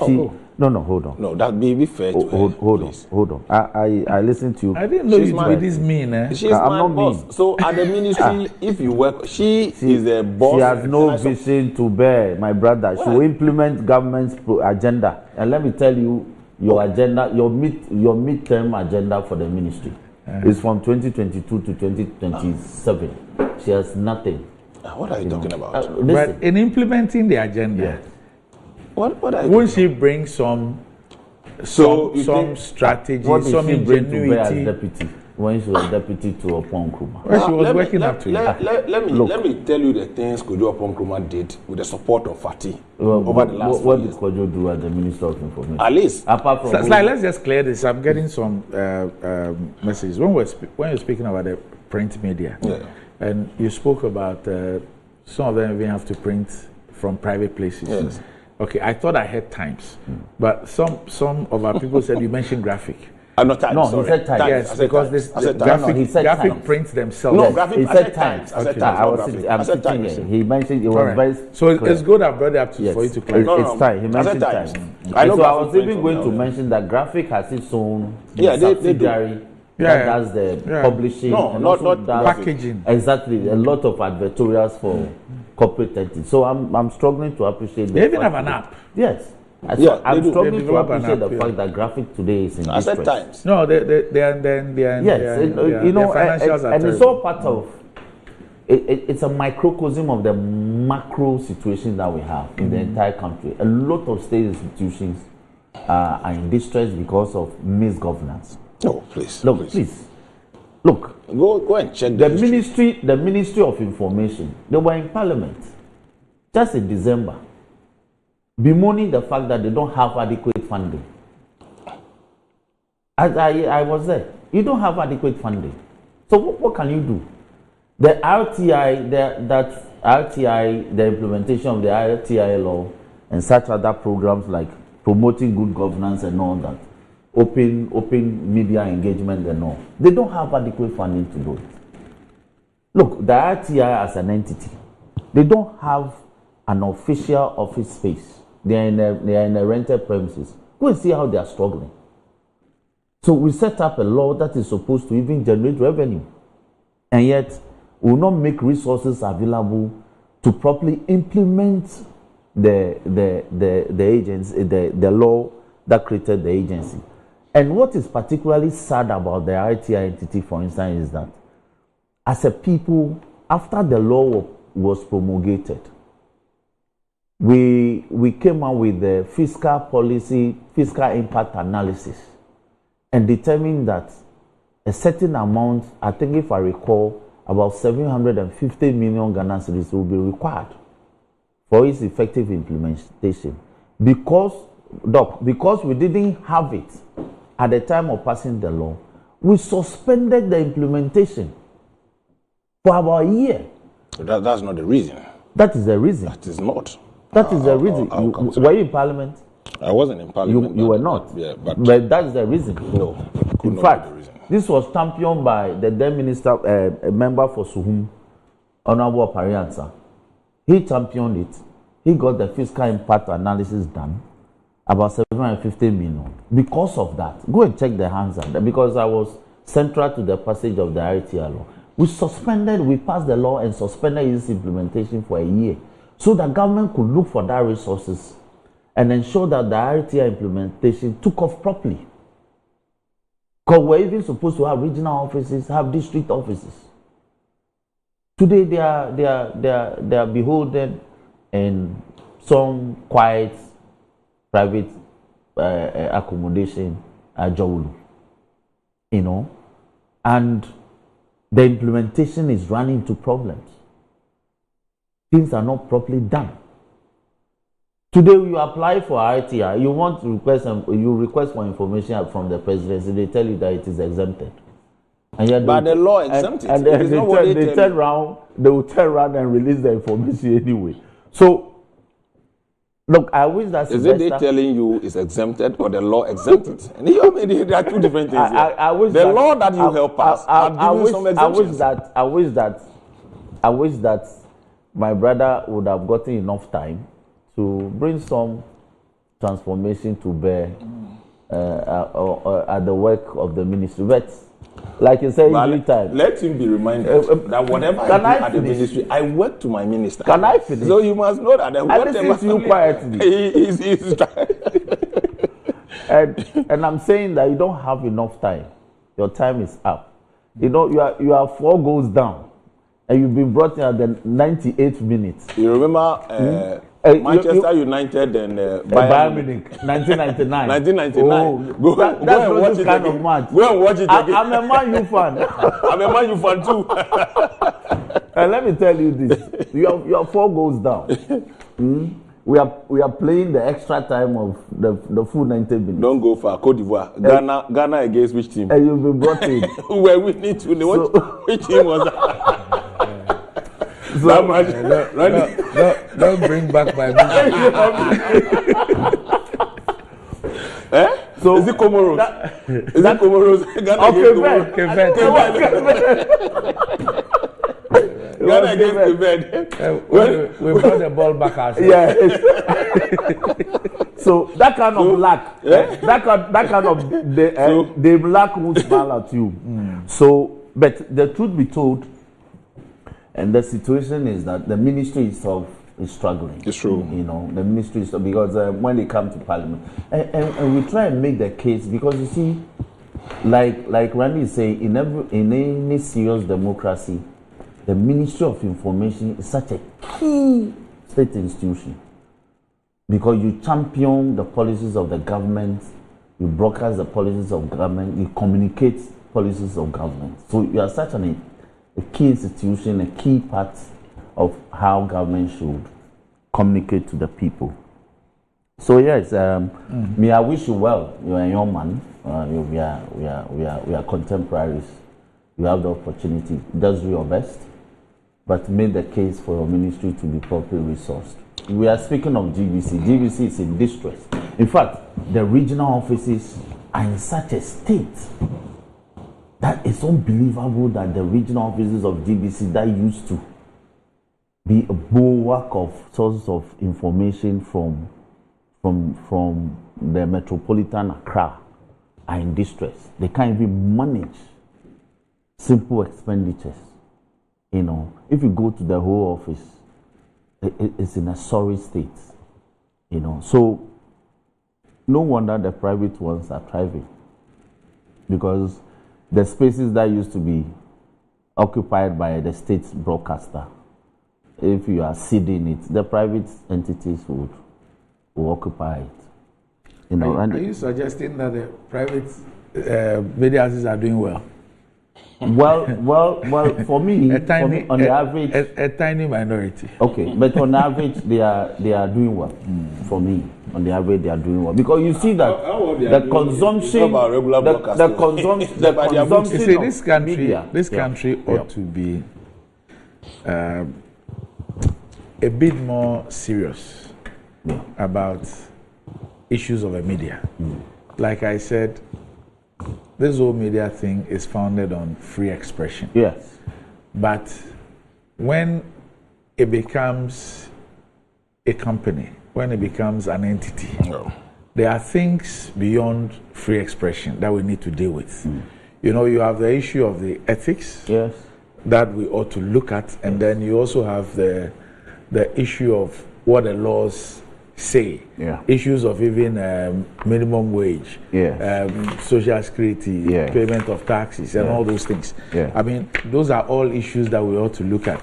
My biggest point is that, my biggest problem is that, look, people are quick to speak about the power of the media and what the media can do, and to tell us about, especially the negative things that irresponsible media practice has created. And they're quick to tell us about the genocide in Rwanda and all those things. But our actions suggest that we really don't care about who has access to a pen or a microphone. We don't care. We don't check that. No, we don't care. Our actions suggest that we do not care. So long as they are... Yes, we do not care. Yet we always will come and bemoan and speak about the power of the media and what the media can do and this... And I'm not talking about censorship, but I'm saying that we just don't care. It looks like we don't care. But I tell you, Randy, today, the practitioners themselves are concerned. Some of them are concerned about the state. Many. Many more of them are concerned. You go around and they tell you they are worried about the decay of professionalism and ethics. I mean, there are people who have not had any training at all. They are occupying the space. They sit behind consoles, and the kind of questionings and the things they churn out, it's amazing. And you see, the results of that is what we always question. But what ignites that, we don't talk about. You see, there are two pathways to becoming a journalist. You either go through formal education or on the job. You learn on the job. Your passion. Or both. Yes. Whichever way, there ought to be some observance of ethical standards. There has to be some training. Two, because it is founded on free expression, there are people who didn't go to journalism school or they not study journalism, but they have the passion, they have even the competence. So you would realize that a lot of people who express opinions, columnists and all those people, I mean, sometime back in the UK, a columnist who's not somebody who's seen as a journalist won the Journalist of the Year. And but in Ghana, Ghana, in this country yes, too. in Ghana, for many years, we've had some of the best, some of the people whose opinions or whose articles, I mean, ignited a lot of writers. Yes, were people who were not mainstream journalists, but were opinionated, had the facts, could write extremely well, and all those things. But there is so much insanity. And we look on sheepishly. And you see, it appears that anytime you see a realization that there are regulations, there are rules, there are ethics, then the victim, whether it's an organization or a person, appears to have offended a government. That is only when it appears that there's we realize action. that, look, something wrong is being done. Meanwhile, it's been done to thousands of private citizens. Across this issue of money doubling and fake prophecies and it's littered all over the place. Some have their own channels now. All those who have those channels, they do not conjure the channels from their from air, from their bedrooms. The point here again, that's why the broadcasting bill is seeking to cure the lacuna. The one who gives the spectrum by law is not the one who regulates content. But there is a body that regulates it. There's a body that regulates content. Yes. So when we say it's not conjured from anywhere, but it was given. Yes. So I give the spectrum. Yes. You have the responsibility to regulate content. Yes. So that's the problem. So you go to the one who gives the spectrum. You say, yes, my duty is when the set out rules are met and I've given the spectrum. This person is also mandated to regulate content. So that person must do his job. The DVLA licenses vehicles and drivers. And the police. It doesn't engage in the enforcement of safety. Yeah, road safety. Yes. Road safety. You get what I'm saying? Yeah. So there is something, because you see, there's a reason why those bodies were set up. Yeah. But what you see does not suggest that you have bodies that, like I said, these bodies always show us that they know that there is a law. They know the law can be enforced. But at what times or at which times do they do this work? Randy, I was going to make a final point before I conclude. Even in terms of the content, now gradually, surreptitiously, imperceptibly, you will see LGBT content. Yeah. And things that are shown even in the public media. And the contents will come in a flash. And it's there. Nobody checks that. Cartoons that are shown for the consumption of our children, we are increasingly seeing LGBT content in it. Nobody is raising the red flag. Our women and adolescents who are so hooked to these telenovelas, you see LGBT content replete in these telenovelas. Nobody is raising the red flag. And these people, this is how they operate. They begin to titillate your mind. They begin to give you doses of it in bits and pieces. Eventually, you begin to accept it. So, in terms of content, we have a problem in monitoring and sanitizing the contents that are copiously, displayed on our TV screens and on our electronic channels. So, like I was saying, I will urge Sylvester that even though he's leaving after December, he should use the rest of the 4 months to bring some transformation to bear in terms of sanitizing the content. The National Media Commission, you're supposed to work in tandem with them. I don't want to bore you with the constitutional provision. They themselves, if you look at the annual budget, you cry. And so you wonder what they do. They are just sitting there earning salary. That's all. They are unable to do anything effective in terms of performing the mandate that is constitutionally given to them to perform. Let me say this to Eche.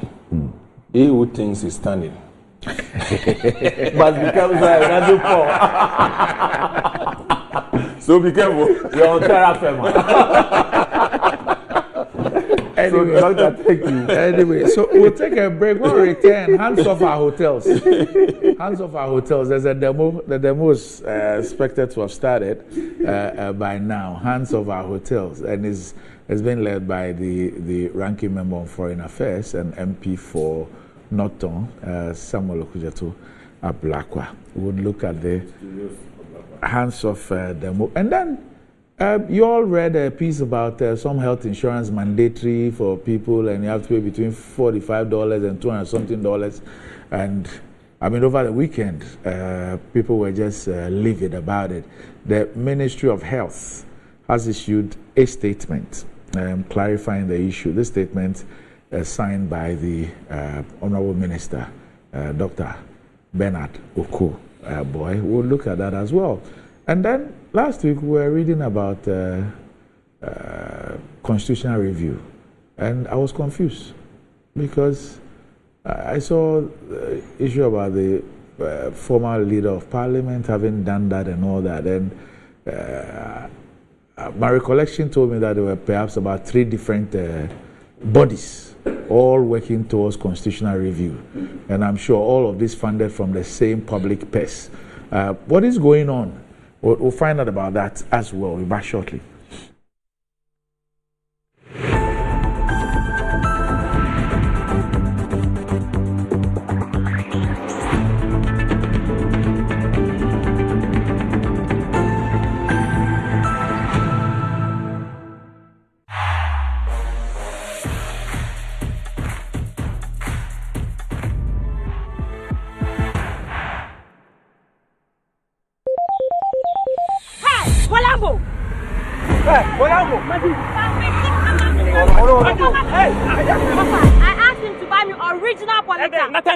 Hey, please don't make mistake. Talk to Papa. Open the back man. And you trouble polytank no gala. You just there. Hey, Papa. Papa, can ruffle. The polytank is original, the first and the best. What is? Who got also for dear acrobat to use me? Polytank, yes.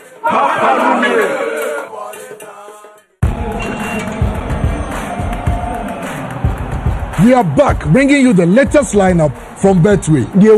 Betway starts strong with their front two, with Free Play Friday and Swipe Bet. In the middle, you've got all the control with Cash Out and Build a Bet. Plus, with Win Boost, you can boost your sports bet. At the back, they have Smart Picks and the Partial Daily Jackpot.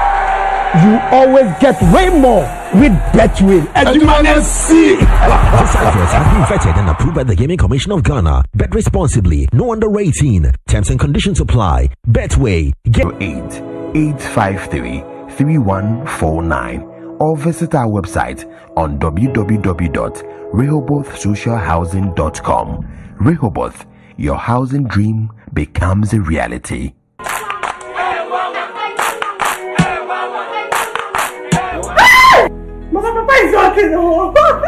Bar Herbal Hospital. Specialists in every kind of bone disease. Bar Herbal Hospital. Baby, a son of Wibia.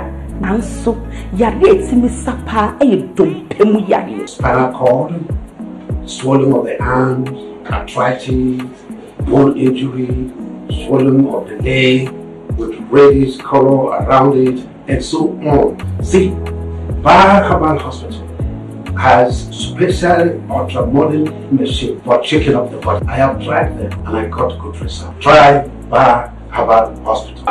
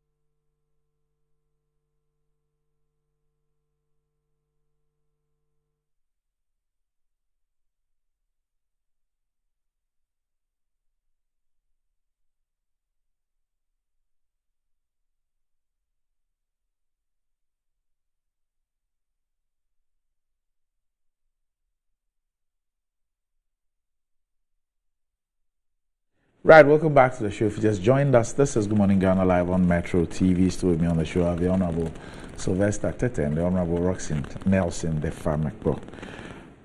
Now, I hear so cool that Kosombo Dan be big, but Betway's cash out be bigger. Betway is giving you more control of every thrilling bet you place. Enjoy the biggest and most reliable cash out in Ghana on Betway without any hassle. Sign up today at betway.com.gh. Terms and conditions apply. It's not for persons under 18, and this is regulated by the Gaming Commission of Ghana. Betway, get way more. And Blue Jeans energy drink has been on the Ghanaian market for over 20 years. We already know what it does for the body. It contains vitamins and nutrients like vitamin B2, B3, B6, B12, as well as taurine and guarana, which are known to boost your strength and energy, as well as promote high performance and endurance. Blue Jeans energy drink has been tested and tried. It's indeed the best. Blue Jeans energy drink is for bold and active men and women. So go on, grab a cold can and power your day. It's in shops nationwide. You can contact Budget Cash and Carry Limited on 0208 128 190 055 001 000 All right. So, gentlemen, Roxanne, I'll start off with you. The MP for Norton, Samuel Okudzeto Ablakwa, is leading a protest this morning against the sale of a 60% stake in 4 hotels owned by the Social Security and National Insurance Trust, near to Rock City, owned by Food and Agriculture Minister Brian Echampong. Ablakwa, organized labor and other stakeholders have questioned the process that led to the selection of Rock City as a viable entity to purchase the hotels.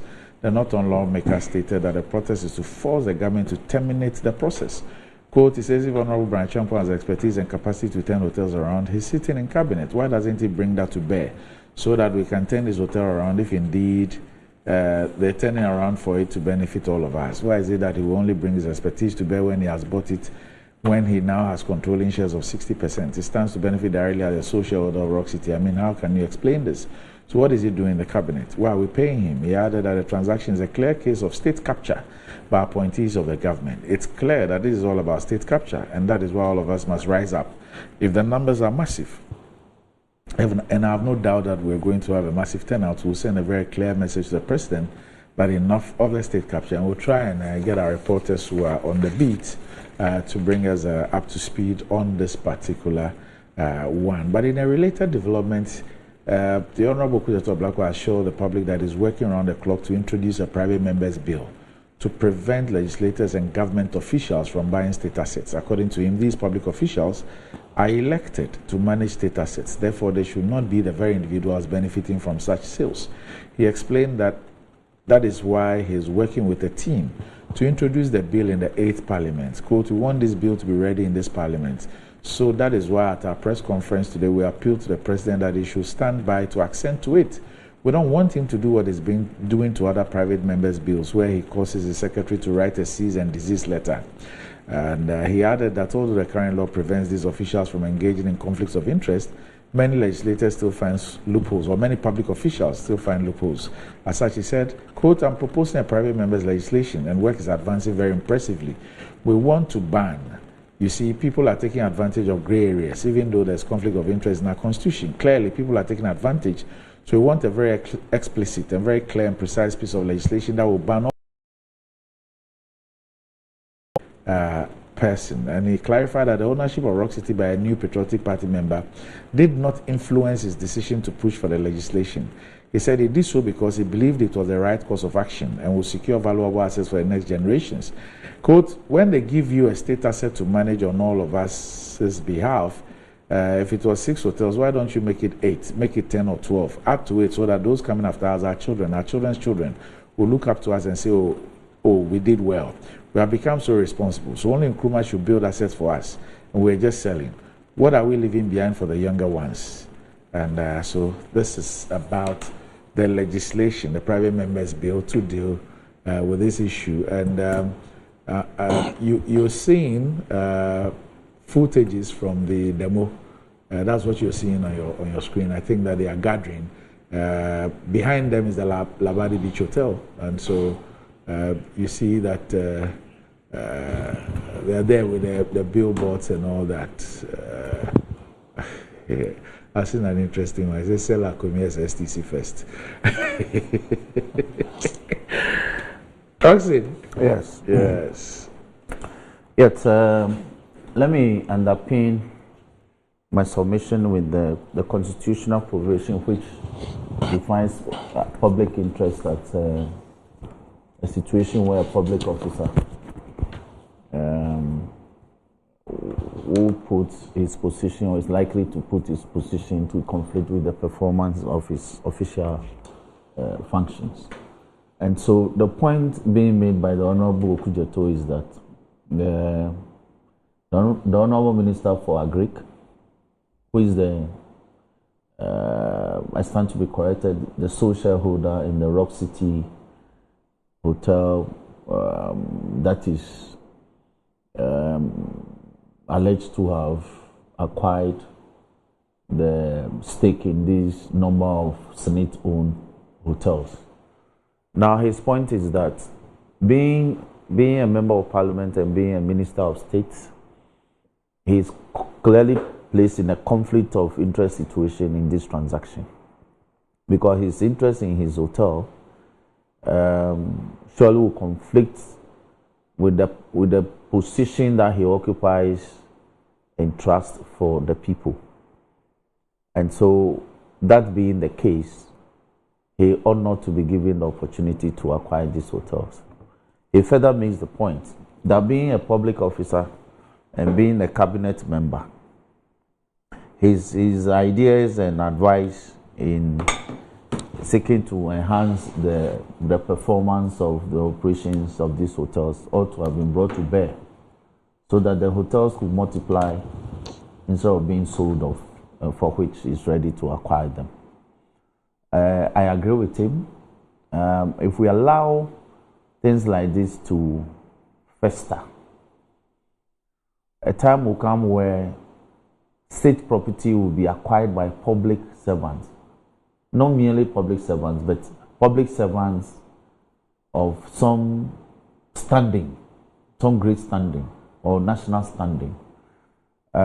It doesn't create a fair playing ground for other citizens who may be interested, other corporate entities that may be interested, or even foreigners who may be interested.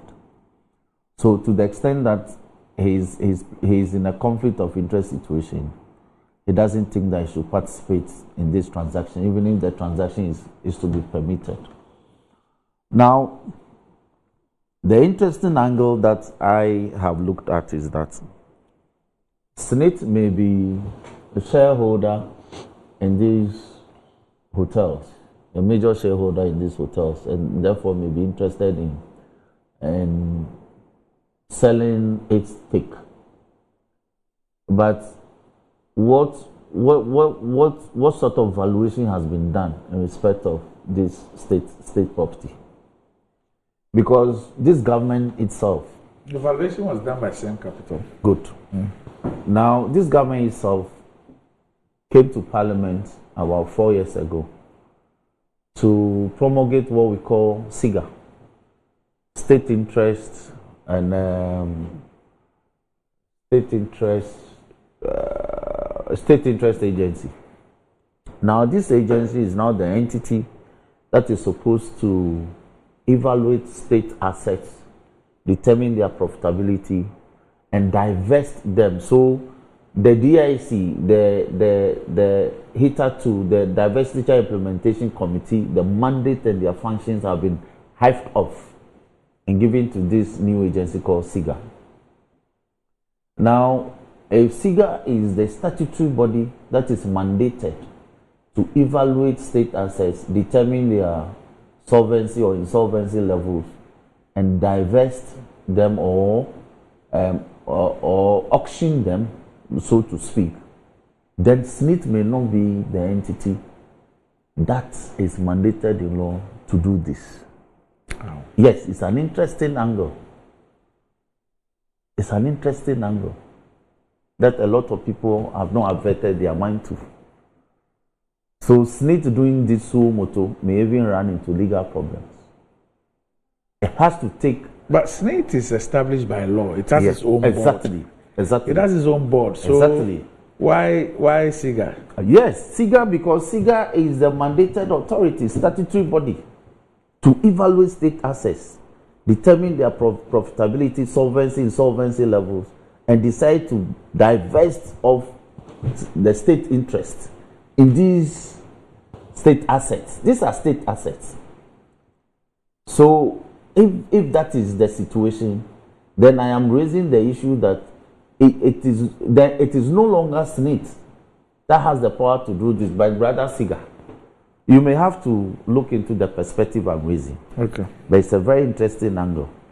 So these are some of the issues surrounding this transaction.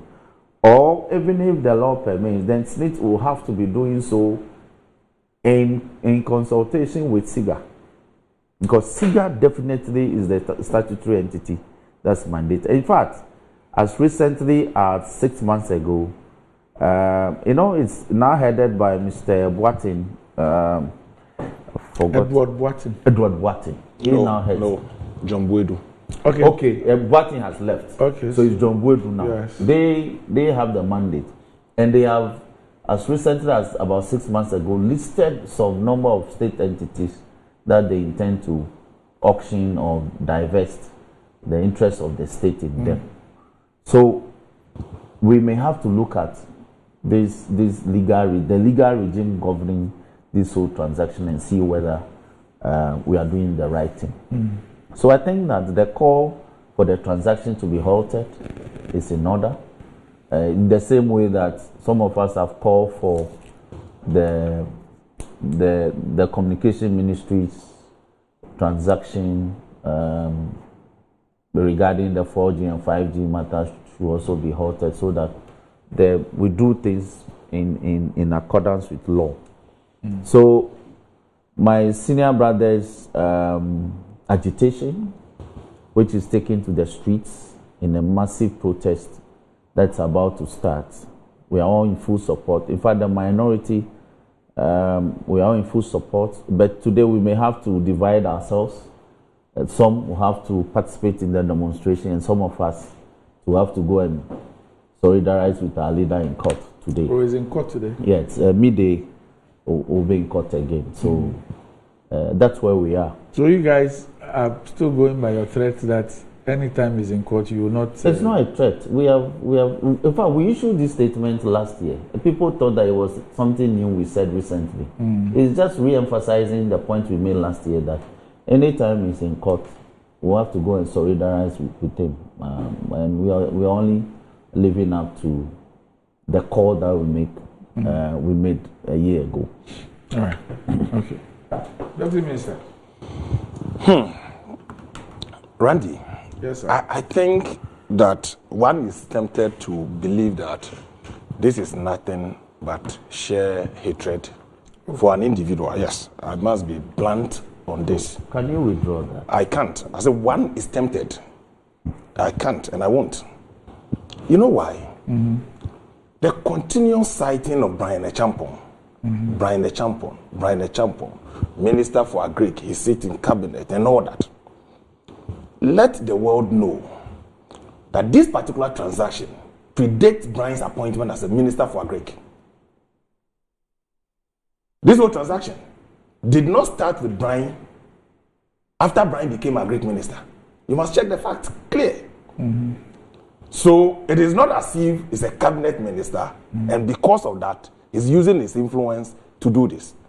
So first of all, people must know that this whole transaction predates Brian's appointment as a Minister for Agriculture. Is it the decision by SSNIT, or you're talking about the decision to divest to his company? No, when you say divest to his company, that is wrong. Okay. Because it's put on divestiture. Bids are solicited from interested companies.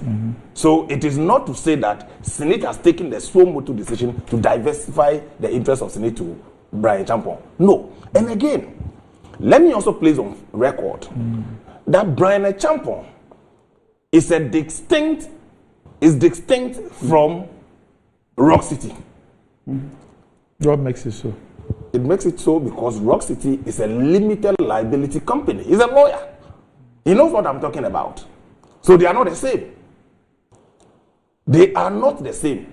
The company Rock City Limited is a company on its own, has its own directors and can take decisions, be sued, and can sue. So if you lift the veil, what do you see? So you have not gotten to a place you want to lift it. So you are lifting the veil now. Are you lifting the veil here? You are lifting the veil. He's a shareholder. So what is wrong? Because he's a shareholder, the company cannot do business. There's nothing wrong with that. And we must get that clear.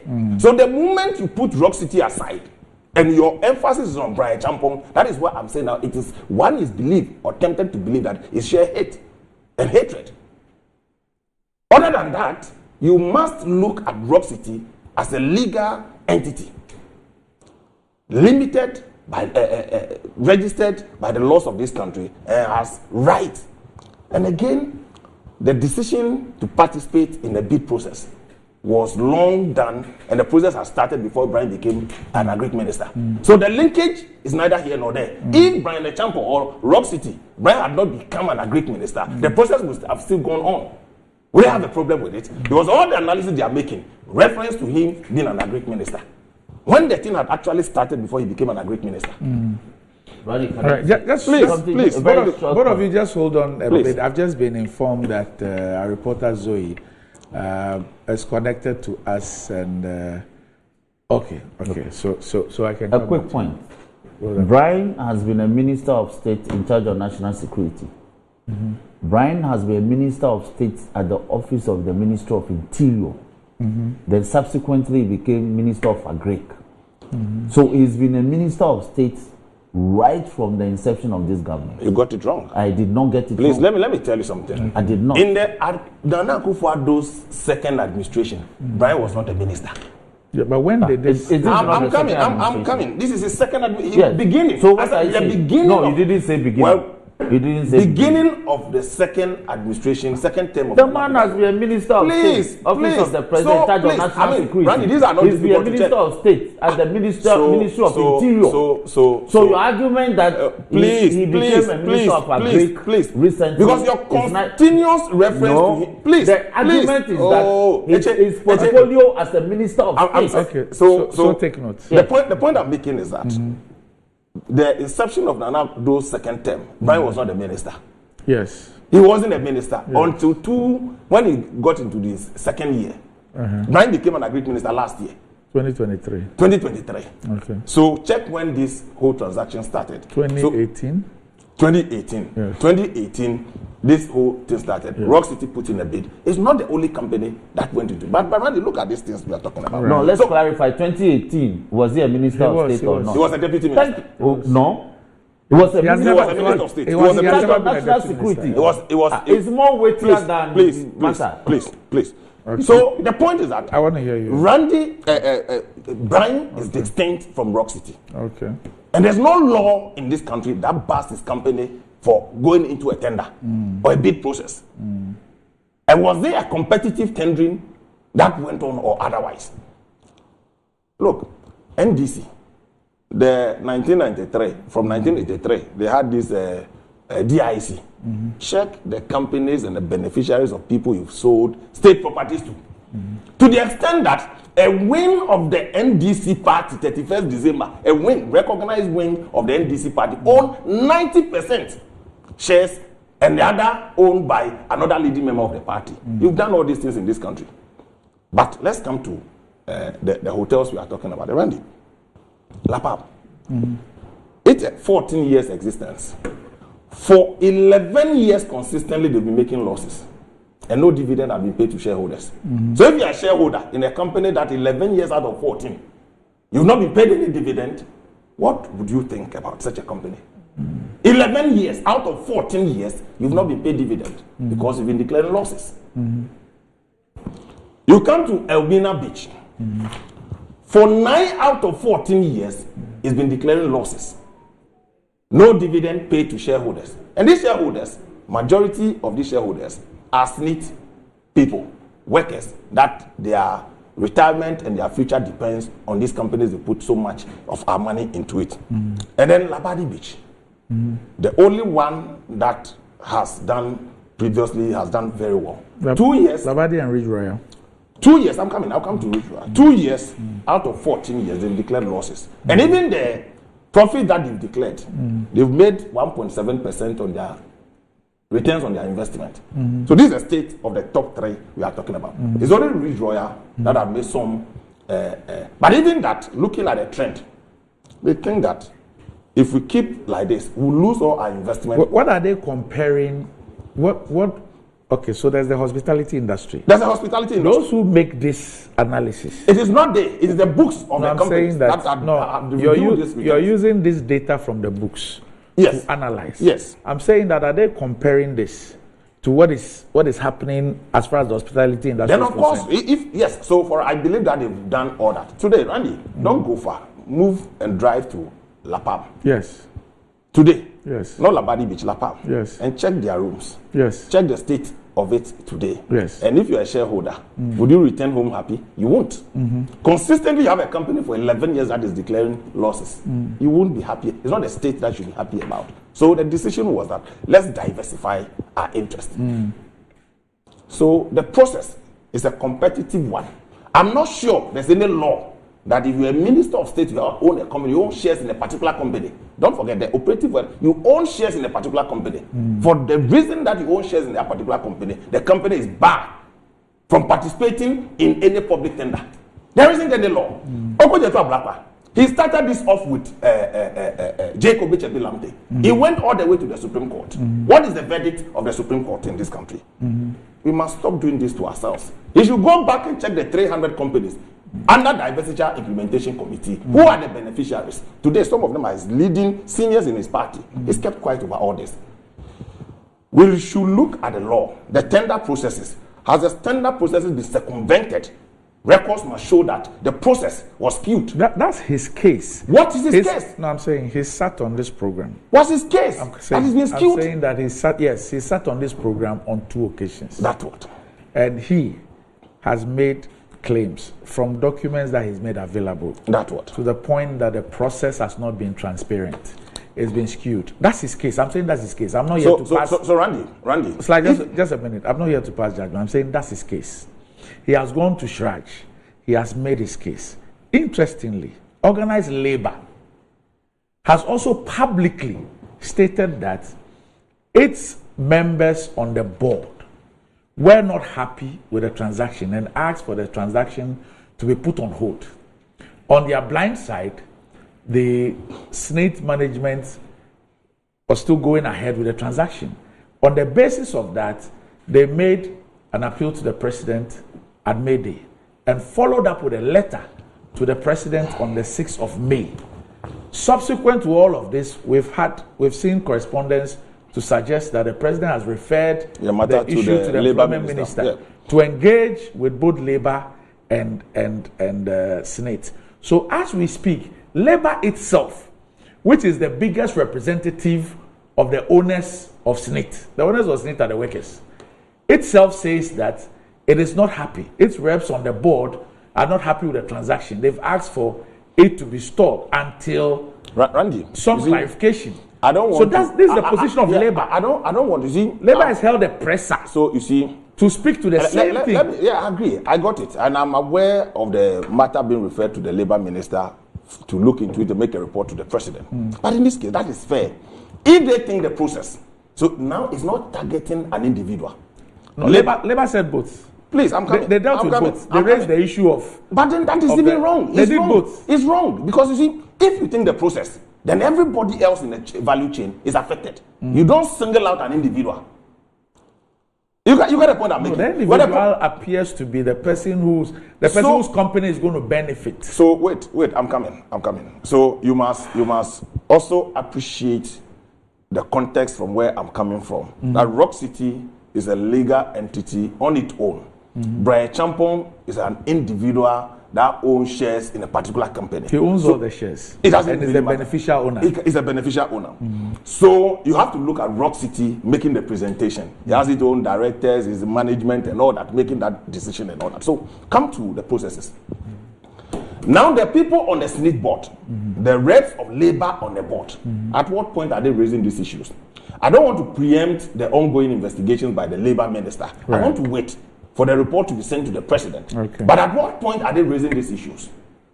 These are also interesting matters that we need to also, but where I sit, forgive me, I don't want to be speculating and be going out to some of these matters. I can understand. Issue understanding. Yeah. So please, all that I'm saying, that's a due process. And what if they've done?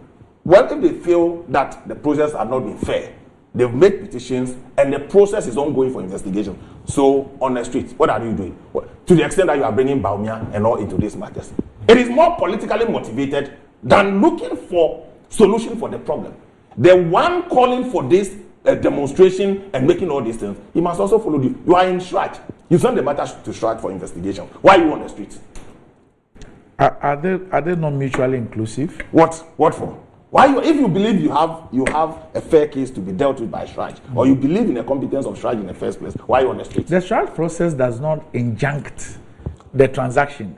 His interest is to injunct the transaction. So you injunct the transaction because he believes that you injunct the transaction on the street. You are going to injunct the transaction on the street. Well, it's part of his strategy. Please, let's be fair to ourselves as a country. And pontificating righteousness more than the Pope is becoming one too many. And I think that he has done this before. And he always do this when election is near. He always do this when election. He did that to Jacob Echebilante. Go and check the records from the court and what the court had to say about that. We know a Black Quest.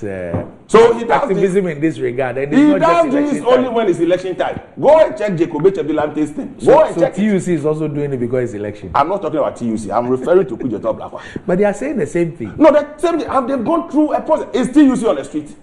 Is TUC on the street? The biggest beneficiaries of are they on the street? They are not on the street. Government is engaging them. Yeah, so why not? Don't you wait for government to go through the process? Okay. They are not on the street. All right. You are crying more than the bereaved. They are not on the street. They are following due process. Okay. You don't want to follow due process. Okay. You want to be a hero. He did that the last election. And what happened? All right. So I'm told that on our show, Newsbeat, Naili Adefiu Setre, who's in charge of PR campaigns of the TUC, she spoke on the show about this issue and the issue of the board, the labor on the board and all that. Let's just watch this, and then I think you will also give us some clarity on the matter. Well, our spirits and soul, so to speak, is back in this demonstration because it is about the sale of SSNIT properties, and so because of workers' monies, which is in SSNIT. And we're crying because people retire with next to nothing after having given their lives and their all to this country and contributed their quota to the country, to the development and progress of Ghana. And so if they have to go home as paupers, then all of us need to rise and stand against the sale of SSNIT properties or assets. And indeed, not just these assets of SSNIT, but then all state assets. Enough is enough. And for us in organized labor, this is why we support this demonstration. That is not the case. That is not the case at all. In fact, organized labor, TUC, and every worker organization has risen against anything that is not in the interest of workers. This is not the first time issues about SSNIT is coming into the public domain. And in spite of the fact that representatives of organized labor on the SSNIT board are in the least numbers, they still rose against it. And so you can go to the SSNIT board and check their minutes. Yeah. So if anybody tells you that is not the case, that is not true. That is a lie. And indeed,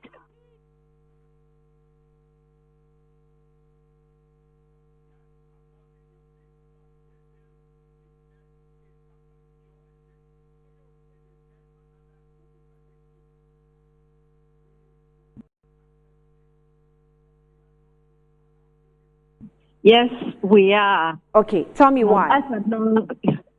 Well, our spirits and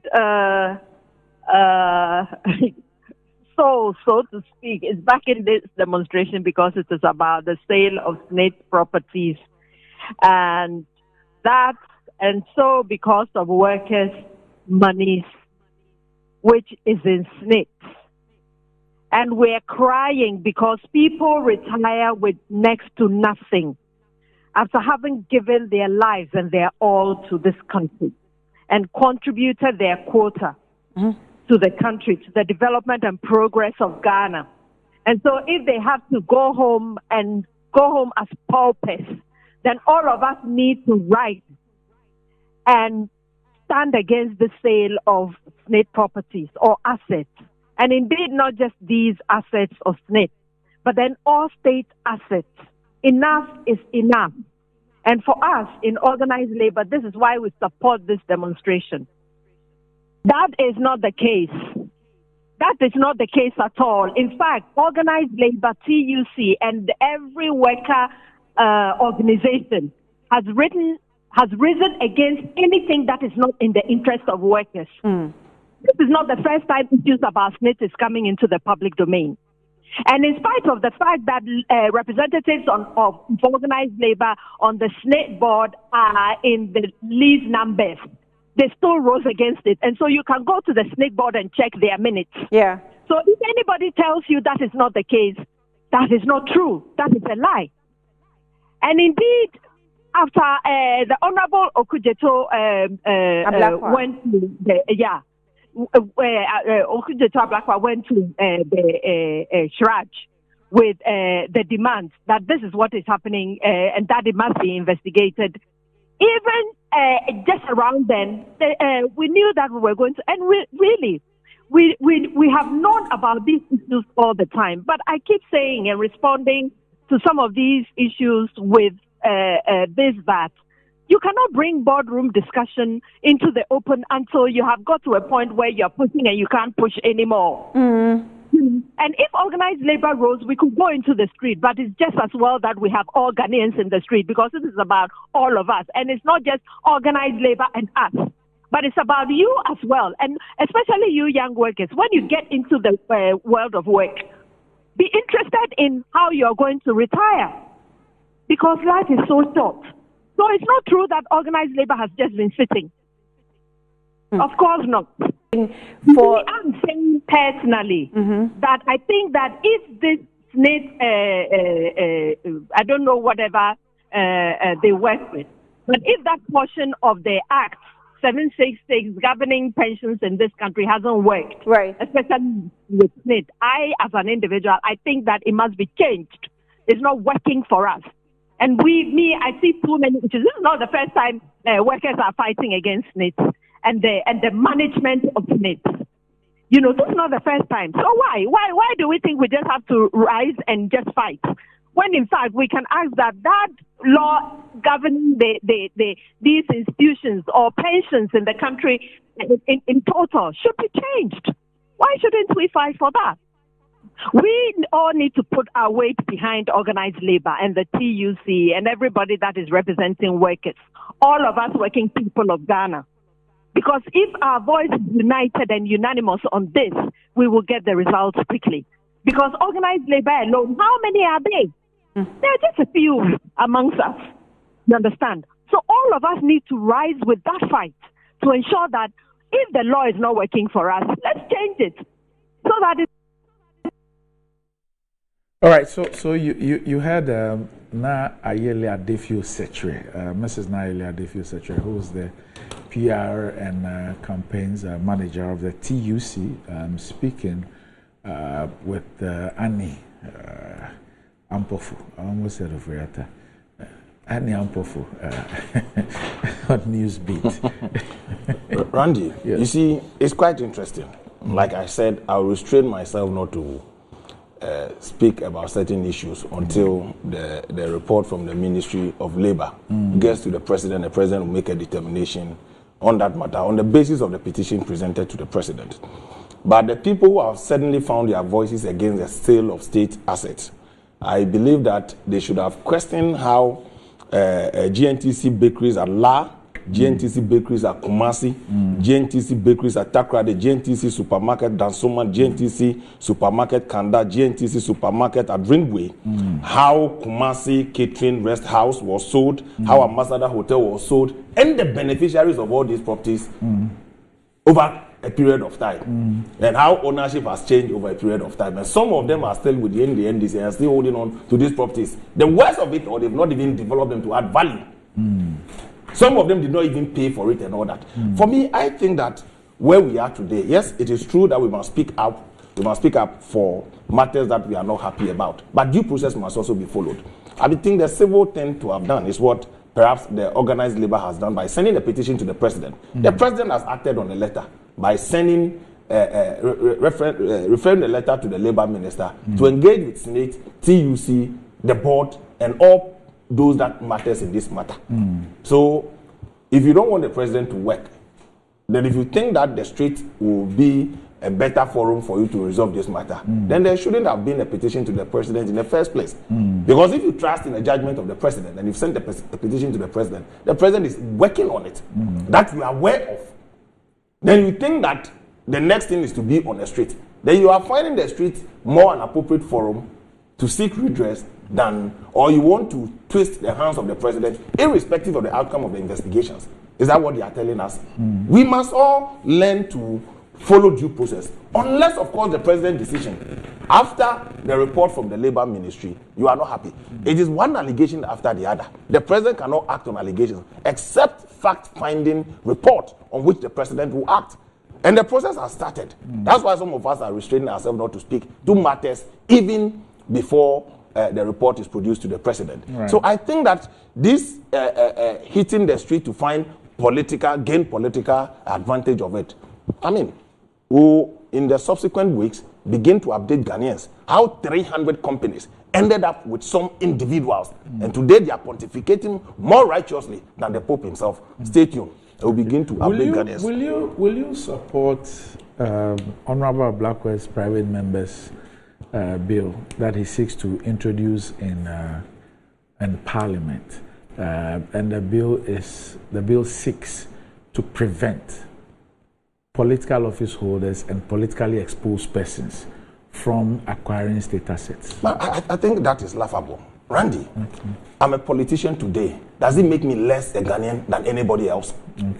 If legitimately by law, I have business acumen to engage in legitimate business, that bars me from doing business, but a pastor can engage in business, what kind of thing is this? So you don't agree? I won't support it. Okay. But we must make sure that every individual, irrespective of your background, you don't unduly abuse the process for acquisition of an interest in the business. Why? In Parliament, don't we have laws to be permitted to engage in legitimate business? So you'll be permitted to engage in legitimate business and you fold your arms behind you because you're a politician? What are they talking about? We must do legitimate business, and that's where the argument must go.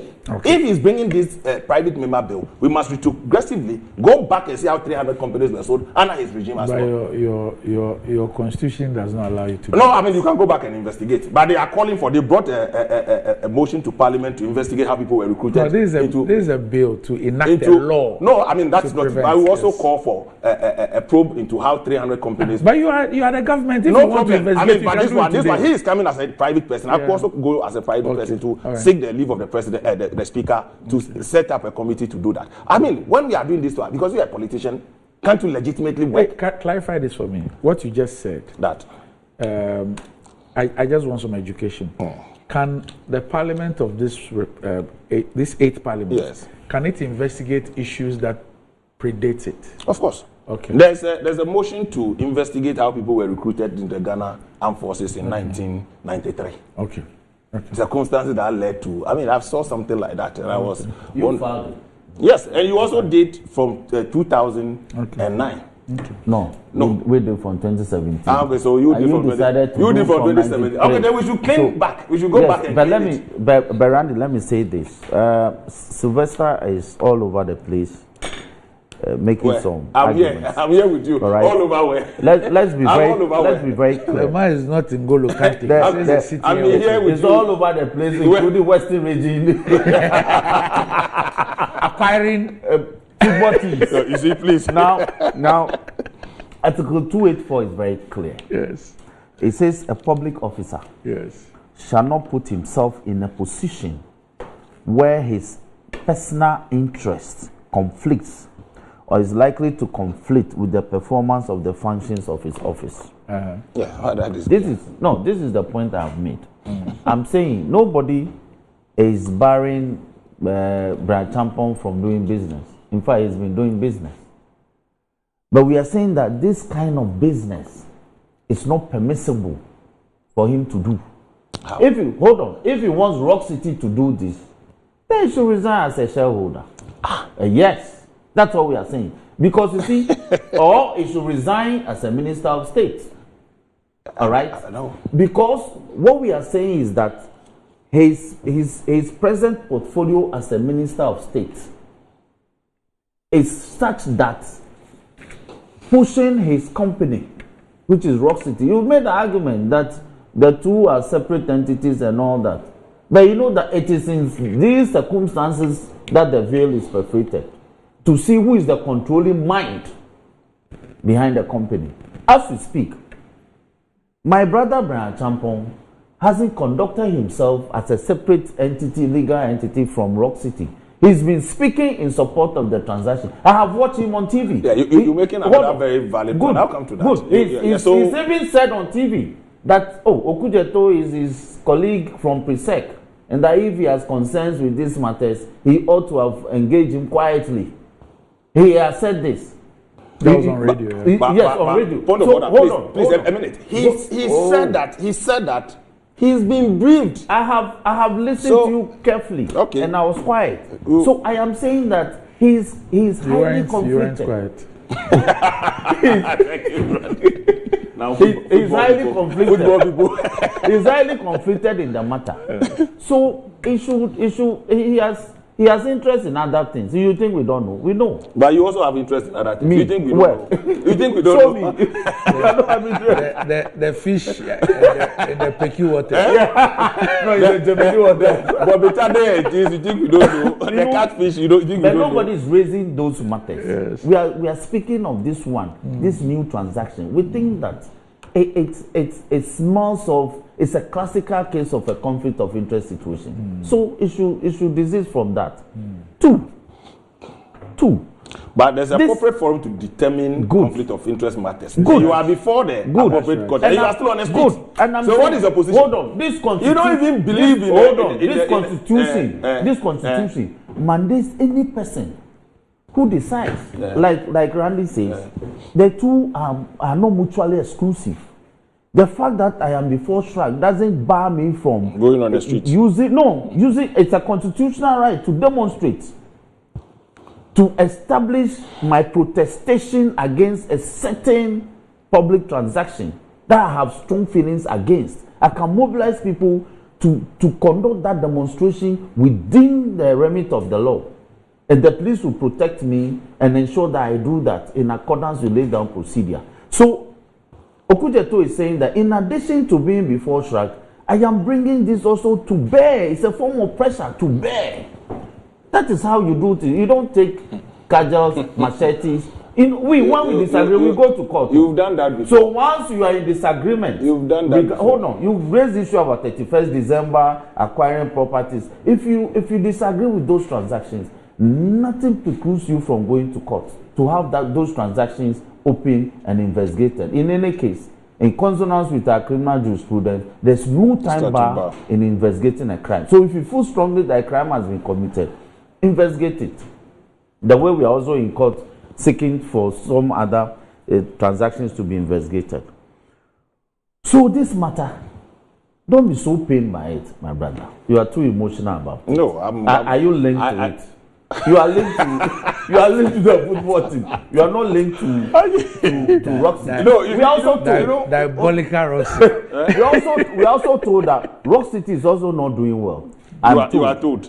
By who? Who told you? I'm informed. Who told you? That they are not doing well. Who informed you? That the only way you can know the performance of a company is by the books, official records. Who told you? So where are your official records? Don't speculate. I'm not speculating. I say I am told. Don't speculate. I say I am told. You are told. Who told you? I'm told. Disclose your source. No, I'm told. Disclose your source. Disclose your source. As a public officer, my sources cannot be disclosed. Disclose your source. I mean, when you sit here and you say you are told, how do you come by you are told? So if they are also in distress financially, how come they are acquiring other state assets? So you must get a brief of the tender processes and the tender document. So let us take our time. I'm sure winning the tender bid is not solely on the basis of how one other, because you see, and let me finish. I'm not done. We need to finalize on this. Let me finish. Ken Ofori-Atta, as Minister of Finance, gave government business to his company. They were earning fees, and they are still earning fees from loans that we take. Edu Buahi, as Deputy Minister of Finance, gave government business, transactional business to his company that was earning fees. I don't know. Why? Why is it that when you guys are always in government, then you give government business to yourself? I'm not aware. Today you are here talking about the subject matter for this. It's like wrap up of I'm not aware of this one. But I'm wrapped up. I'm talking about the morality and where we stand. When we are in opposition, our moral stance changes. Yes. When we are in government, it becomes a different thing. That's the kind of thing I'm talking about. I've cited a classical example of Jacob Echebelante's bungalow, where Okudzeto led people to the street and went to court subsequently. The matter traveled to the Supreme Court. What is the outcome? He demonized Jacob Echebi Lamptey in this country on the altar of public opinion. What happened when the matter went through due process? So you should be guided by that. When you start a due process, you must follow and not to embarrass yourself like you did. Interestingly, in that case, there were 2 Supreme Court judges who agreed. What's the finality? What's the final? Yeah, when we went to 2012, we went to the Supreme Court with the electoral petition. We have 5 out of the 9. But if you don't succeed with the case in the Supreme Court, doesn't mean that you shouldn't keep fighting. I'm not saying that he didn't lose the case. Yes, he lost it. I'm saying that at least you know he lost. When you were what is at least? What is at least? When you were studying law, and that often quoted Lord Dennis's.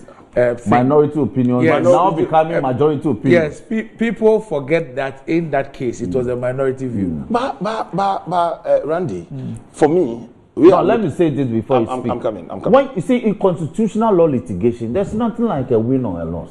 What are you talking about? In constitutional law litigation. What constitutional law? He took the matter. No, wait. Are you in the law school? I'm done with that. Please, you are done. What are you talking about? You are done with law school. Is a Jacob Echebi Lamptey matter constitutional law? Yes. Jacob Echebi Lamptey's matter. What is it?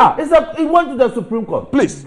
No, it turned on the constitutionality of the transaction. So I'm telling you that learn this today. In constitutional law litigation, there's no win or lose. Yes. You are seeking for an interpretation of a provision of the Constitution that appears to have generated. But don't you go with a particular viewpoint? Yes, good. Seeking the Supreme Court. Good. Seeking the Supreme Court. But if that is your opinion, that's fine. Let me say this today that constitutional law litigation, it is not like you are litigating to win damages or no. It is to enhance the interpretation. But don't forget that matter didn't start from the Supreme Court. It started from the High Court. At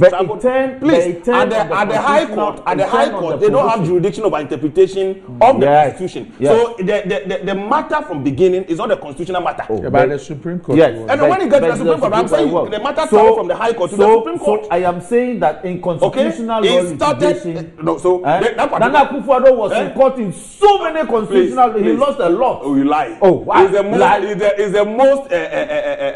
Are you kidding me? I'm telling you. Go and check the Ghana law report. Go and check the Ghana law report. Okay, it's okay. But we need to do this. Go and check the Ghana law report. We need to do this. We need to do this immediately. Yes. Deputy Information Minister. Yes. Okay. This perhaps might be your first test, major test. You and your boss about communication synergy. From July 1, 2024, non-resident visitors arriving in Ghana will be required to have a health insurance policy before entering into Ghana.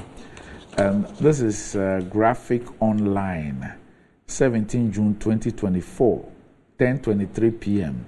And this was reproduced by Joy Online. And it says that this policy is to ensure that all visitors have access to necessary healthcare services during their stay in Ghana. The mandatory insurance policy requires all non-resident visitors arriving in Ghana to be enrolled under a scheme through which they can access free healthcare. The policy affects visitors who arrive through the airports on visas or through visas on arrival, depending on their length of stay in Ghana. In February 2024, the Ministry of Health launched a national health insurance policy for foreigners visiting Ghana for a short period. The policy, dubbed National Non-Resident Visitors Health Insurance, was developed by the Ministry of Health in collaboration with the National Health Insurance Authority and other partners who will jointly oversee its implementation. The policy pertains specifically to non-residents visiting Ghana for less than 6 months in any period of 12 months. At a media briefing on the modalities, so please listen to this carefully. At a media briefing on the modalities of the policy before its rollout, Dr. Isaac Morrison, Vice Chairman of the Technical Working Group on the Visitors Health Insurance Scheme, VHIS, and member of the NHI board, said the move had become necessary following lessons learned from the COVID-19 where foreign nationals fell ill and the country had to take care of them as there was no insurance in place. He said the issue therefore prompted activation of Section 2B of the National Health Insurance Act 2012 Act 852, which mandates the establishment of a health insurance policy for foreigners. Currently, countries such as Sierra Leone and Egypt are implementing that scheme in Africa. But guess what? We have this press statement which was issued this morning. Yes, this morning. Statement on mandatory health insurance policy for non-resident visitors. The Ministry of Health would like to clarify that the recent announcement regarding a mandatory health insurance policy for non-Ghanaian resident visitors is a proposal from the National Health Insurance Authority and not a policy of government. While the proposal aims to ensure that foreign nationals have access to health care during their stay in Ghana, it is important to note that it has not yet been discussed or approved by Cabinet. We urge the public to disregard any misinformation that may suggest that the policy has been finalized and its mode of implementation settled. We assure the public that any policy and its implementation shall be thoroughly scrutinized and taken through all necessary protocols to establish its benefits for the people of Ghana before being settled on. And is signed by the Honorable Minister, Dr. Bernard Okoboy. This is a policy that is supposed to start in 13 days. Well, Randy, well, I think this is unfortunate. Otherwise, a policy proposal could not have an implementation date. So that in itself, those who announced the policy and even setting out the date of commencement, I mean, that is wrong. To the extent that I would take the position of the minister, is a supervising minister for that matter, and you couldn't have even implemented this without cabinet approval. Because it has cost implications and all that. So on this note, I'll take the minister's position. But to the extent that... is it not an afterthought on the basis of the backlash? Well, are you not just throwing the people under the bus? Randy, if it was a minister who had announced the policy, then that could be it. You could be right to say so. But since the minister's position is this, let's take the minister's position. And let's be kind to Dr. Okoboy for at least for the rapid response on this matter. Again, if we even intend to do something like this, we've always been taking insurance to travel to, especially Schengen jurisdictions, and you are required to present an insurance of your choice for the issuance of a visa. The reverse we want to practice here, I think we beg to differ. And like the Minister for Health said, it's just a proposal that has not been decided yet. We believe that we all have a stake in deciding the modalities for implementation of this. Of course, the National Health Insurance is quoting section of their act. 2B of their act. Of course, it's worth looking at it. But of course, if you are traveling to this country and you are required to present an insurance, now the insurance companies are working with other international counterparts. So it could work here. And many people from other advanced countries already have insurances that could work in Ghana. They themselves are more particular about it. So we should be looking at admissibility of the insurance from their respective jurisdictions. Because the period where they stayed there, they have insurance and it covers them anywhere they go. And they are mindful of having to travel to other jurisdictions, what could befall them, and then insurance of this nature. Perhaps within the West Africa or the African zone, you may not find people subscribe to insurances, as it were, but if you find, look at Ghana, our neighbors, they troop in more than people from Europe or from America. So what is happening to our neighbors traveling into Ghana? They are more susceptible to fall sick and will not even have any insurance cover at all. But people from Europe, America, and the rest, of course. Because this is restricted to people who require a visa to get into Ghana. So those who don't require a visa to come to Ghana, what happens to them? They are exempt. So we can treat them for free. I mean, these things. But I'm happy the minister has responded swiftly to this. So let's take the minister's position that this remains a policy proposal. And for policy proposal, it goes through a lot of stages to become a policy of government. And of course, the policy cannot emanate from the National Health Insurance Authority. Policy always comes from the ministry. The Health Insurance Authority, in addressing the media, stated that it was a Ministry of Health thing. Well, if it's a Ministry of Health thing, will not be given to the National Health Insurance to, as it were, announce the policy. That's the implementation. Yeah, but of course, the policy will always be announced by the ministry, and the implementation agency will be named. So in this regard, you remember the matter of IGP and then the Interior Minister we discussed here some time ago. I've always taken the position of corporate governance. We must look at the structures carefully. So it was developed by the Ministry of Health in collaboration with the National Health Insurance Authority and other partners who will jointly oversee its implementation. Who is speaking? The Dr. Morrison. Is the policy DAPT? Dr. Morrison is even not the CEO of National Health Insurance. Yes. So I doubt. You see, in February 2024, the policy was launched, the National Health Insurance Policy for foreigners visiting Ghana for a short period was launched by the ministry. The launching in February 2024. It was by the ministry. So it was an existing policy. He, then Dr. Morrison, was the vice chair of the technical committee. So I'm sure he was then mandated to speak because they worked. You know, sometimes when it gets to Randy, this I doubt occasions, if you always work to your bosses. Oh yeah. And then for a policy of this magnitude, it will always come with some sensitization because this was a media briefing on the modalities of the policy. Where was it held? At the ministry or at the National Health Insurance? Okay, I can't tell the venue. Yeah, you know that at this forum, what normally happens is that the technical persons are brought. Yes. To then come and brief the media and give the details and take. But that's what happened. Not without the approval of the sector ministry. Oh yeah. So without approval of the ministry, I'm not sure that. The only thing is that in February 2024, Dr. Kuboy was not exactly. Yes. Exactly. So for this reason and all other issues, we should defer, or I defer to the minister responsible for health. And he stated a position on this matter. Right. And he said we must all urge the public, or say he's urging the public to disregard any misinformation that may suggest that the policy has been finalized and it is made, its mode of implementation settled. So I think that we'll defer to Dr. Kuboy, and we hope that in subsequent weeks, if there's something like that, well, it's not a bad thing, but I even want to see extension to people who don't even require visa. They troop in and out more often than not. And these are things that we should be looking at. I think that the burden on our health insurance is a matter that we must all look at. But I've seen most people traveling to Ghana have their health insurance from their respective countries being activated, and they can still work here. I know people who are subscribed to some external health insurance policies that are used in this country. I know some facilities that accept foreign health insurance policies in this country. So we must also look at implementation very well. All right. Honorable. Yes, Doc, thank you very much. This policy is a matter of requirement in law. So is the government saying they will not implement it, even though it's a requirement in law? I said they've not okayed it. Why? Maybe in its current form, maybe they might modify it. The section 2 that they reference, it has an A and B.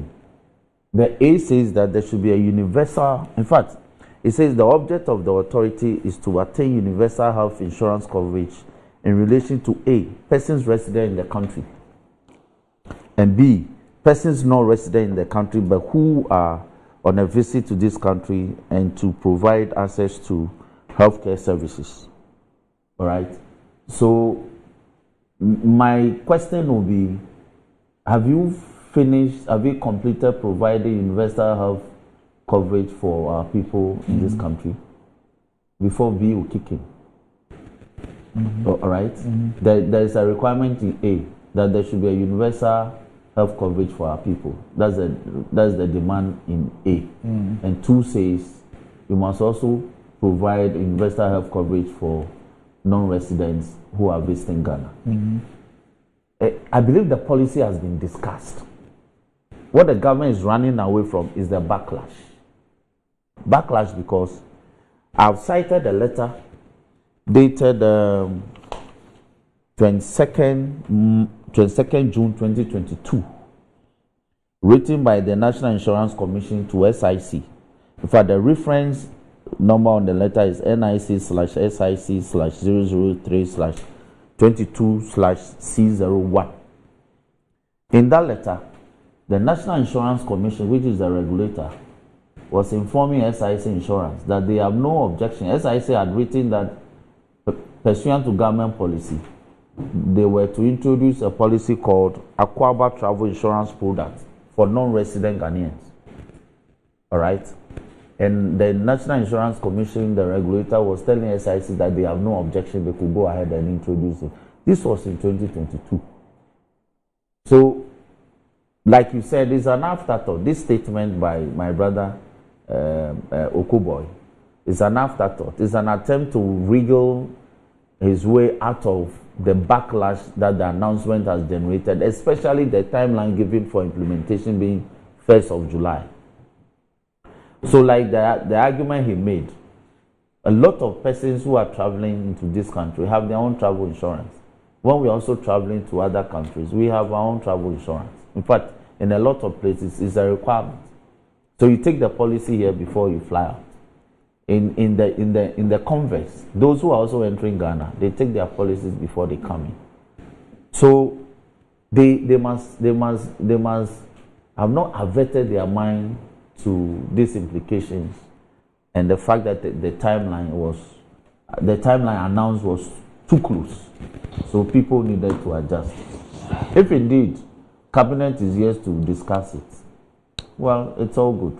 But it's a requirement in law. And I think that we should rather be looking at meeting the requirement under 2A, which says that there should be a universal coverage for our people. The policy still doesn't cover our people in its entirety, in all the areas that they operate. That is where I think the focus should be. And look, why charge $45 even if you want to do a thing like this? This is, for me, this is like Frontiers all over again. Frontiers installed itself at the airport.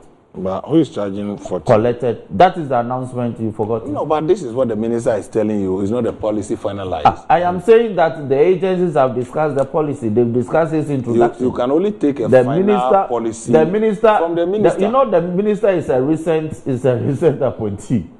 He must have been done. All the technocrats, if they want to halt the implementation and have a real look at it, they should tell us that.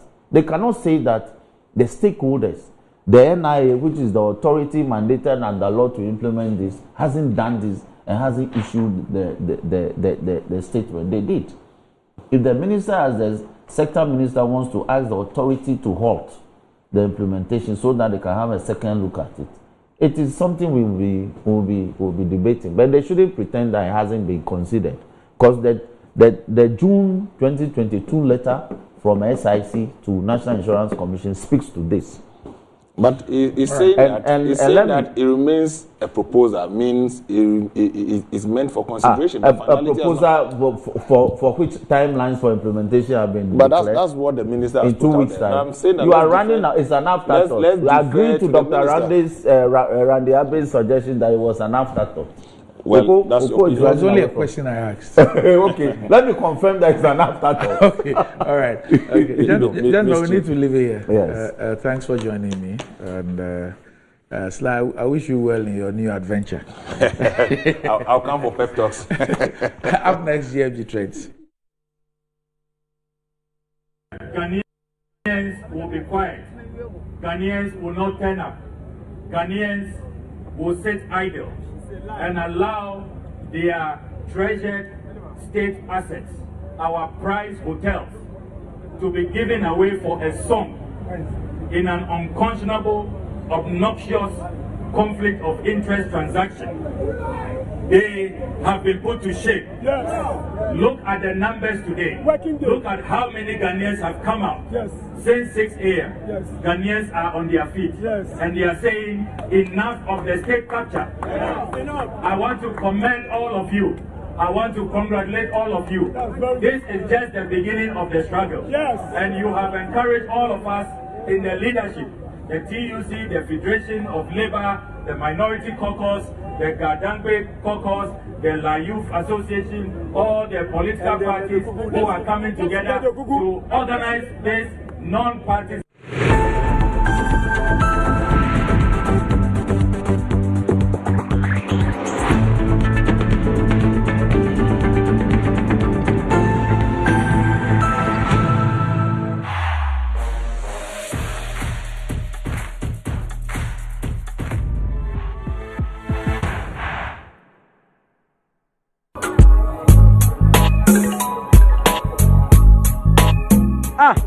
Customer, I don't know who to say.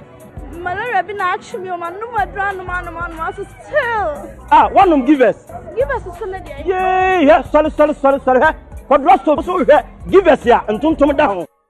What's over that song? But tomato give us the and some down. Give us a bad mixture. If I try the and some down.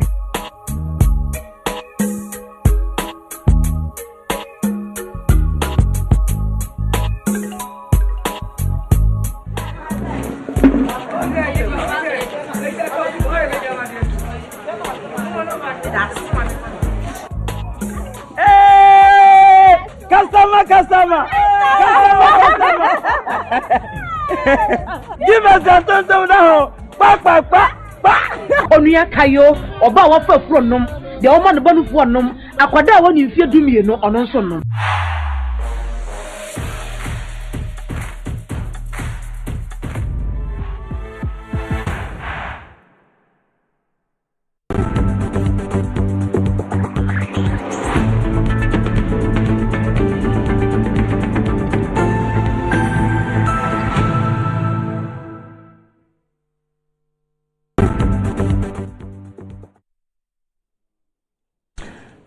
Right, welcome back to the show. If you just joined us this morning, Ghana Live on Metro TV, time to check out what's trending on social media with Desi. What's that? Oh, there's a trophy. A trophy won by our director. Who's that? The director in the control room, Kiki. He won 4 by 100.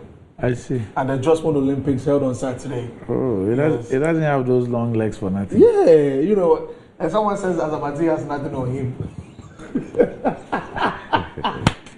Azamati is a sprinter, 100 meters, 100, 200. 100, 200. Kiki, so congratulations to you. Abigail Sanders also won Lime and Spoon.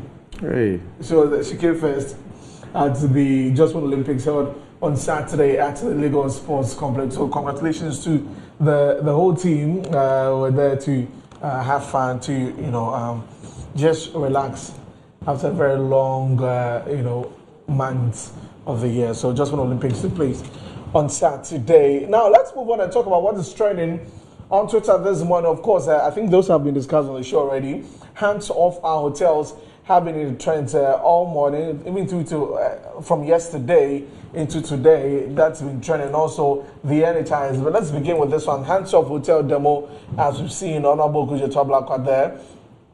In the short, and some of the comments, let me read them. Sandy Bediako says that I think Ghanaian politicians should not be involved in our retirement investment. We need to increase general literacy about investment, savings, pension, and retirement policies to ensure sound financial and regulatory decisions. SNIT is messing up our pensions. Okay, we're moving on. This one says that they will sell the hotels, they will sell SNIT itself, and finally they will sell Ghana. NPP never again. That's from Masoon Roxon, writing that on X or Twitter. This one says another demonstration to hit the streets of Accra this morning. Why are we doing this to ourselves as a nation? Must we sell our state-owned assets? Hashtag hands off our hotels, from AC Frims, writing that on X. Also, let me read the last one on there. This one says that from Adam Perry says Brian Ichampo is not willing to back off from buying the SNIT hotels, so let's push him off. Come on for the hands-off demonstration now. So that's going on, and my colleague Zoe Anitode is on the ground to definitely bring us all the update. Make sure that you join us at 12 noon for the midday bulletin for more details on that. Now, just before Doc wrapped up with the panelists, they're talking about the NHIA and that new announcement about foreigners coming into the country and we're paying something when it comes to their health care and all that. A lot of people have been raising concerns about it. Berry says that it's disheartening to see Dr. Kuboy being used to exploit both foreign and local citizens. I'm concerned about Bamia and the Ministry of Health's plan to charge $45 and $270 for NHIS. My heart is broken. Berry writing that also. And Mac Jordan says, compulsory health insurance for foreigners. For what? Is this really happening? Dr. Okuboy, please. Someone should tell me it's not true. I can't handle the thought of it being real. Mac Jordan writing that on X also about that. This one says that the NHIS work effectively in Ghana at all. Just a question. So that's someone's question also asking, even if it works, for there to be one for foreigners to pay. And this one says NHIS was never for only Ghanaians. Foreigners have always been on it. If you read well, the type group of short-stay travelers mostly come in with much more robust international insurance. If you force a new one on them, will it cover up their visit to a fancy hospital? That's a question from Abdul Ghaffar. So it will keep going on X, the conversation on this particular one. So really, those are some of the trends. The rest of it has to do with football, the Euros happening in Germany, talking about Lukaku, Belgium, and also the Premier League, the new fixtures for next season that has also been released. Those are all in the trends this morning. So, Doc, that's it really. All right. I know it was a really tough weekend for you. Yeah, but it's all good. You know, I'm even in black today. A friend of mine, Sefa. A lot of people call him Sefa, but he's actually Max Sefa Poku. He also died last week. And so the 1 week is today. It was around the Las Palmas area, the Domi Station at La Paz. Wow. You know, it was the first person who took me to Kumasi. Oh. Yes, and he passed on just last week. Sudden death at 54. Wow. Really sad there. So these days, not a week passes by without hearing things like that. God should have mercy on us. Yeah, that's why I also have to thank God for adding 1 year to my age. So I thank you so that you increase it and grant me more blessings. So Sunday was your birthday? Sunday was my birthday, 16th June. Okay. It's a beautiful. I fell on my crowd. I could see. I still don't understand how come you were born on Sunday. Doc. Yeah. Doc, why is that so? I mean, how? Doc, I could see also. Yes. So you see, don't want that. You know, that's it. So the big one is coming. Yeah. The date is 29th of this month. Yeah, of this month. Okay, let's watch this.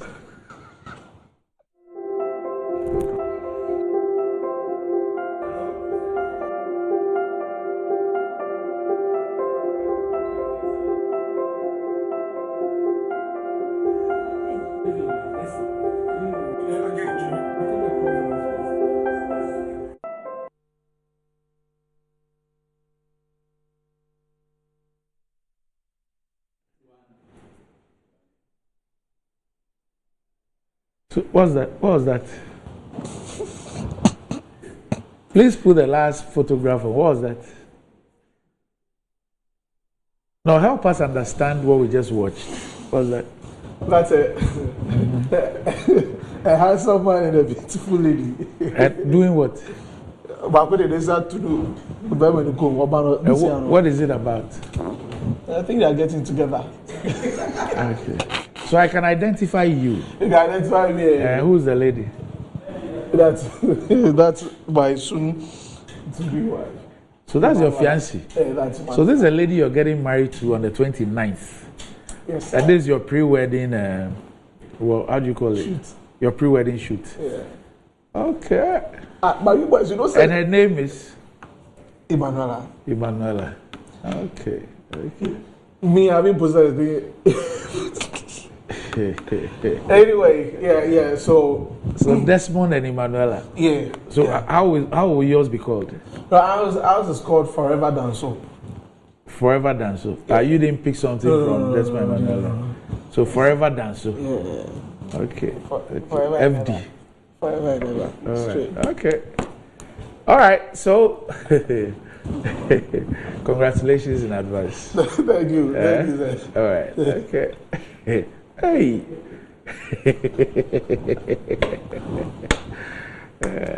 And you okay, why was all over me? That one is funny. That one is funny. What I just said. Oh, okay. Why did you say can do? Oh, I don't know. Okay. Or you want to play her song for her? No, I'm sure she has deleted it. All right, so up next, Metro Sport.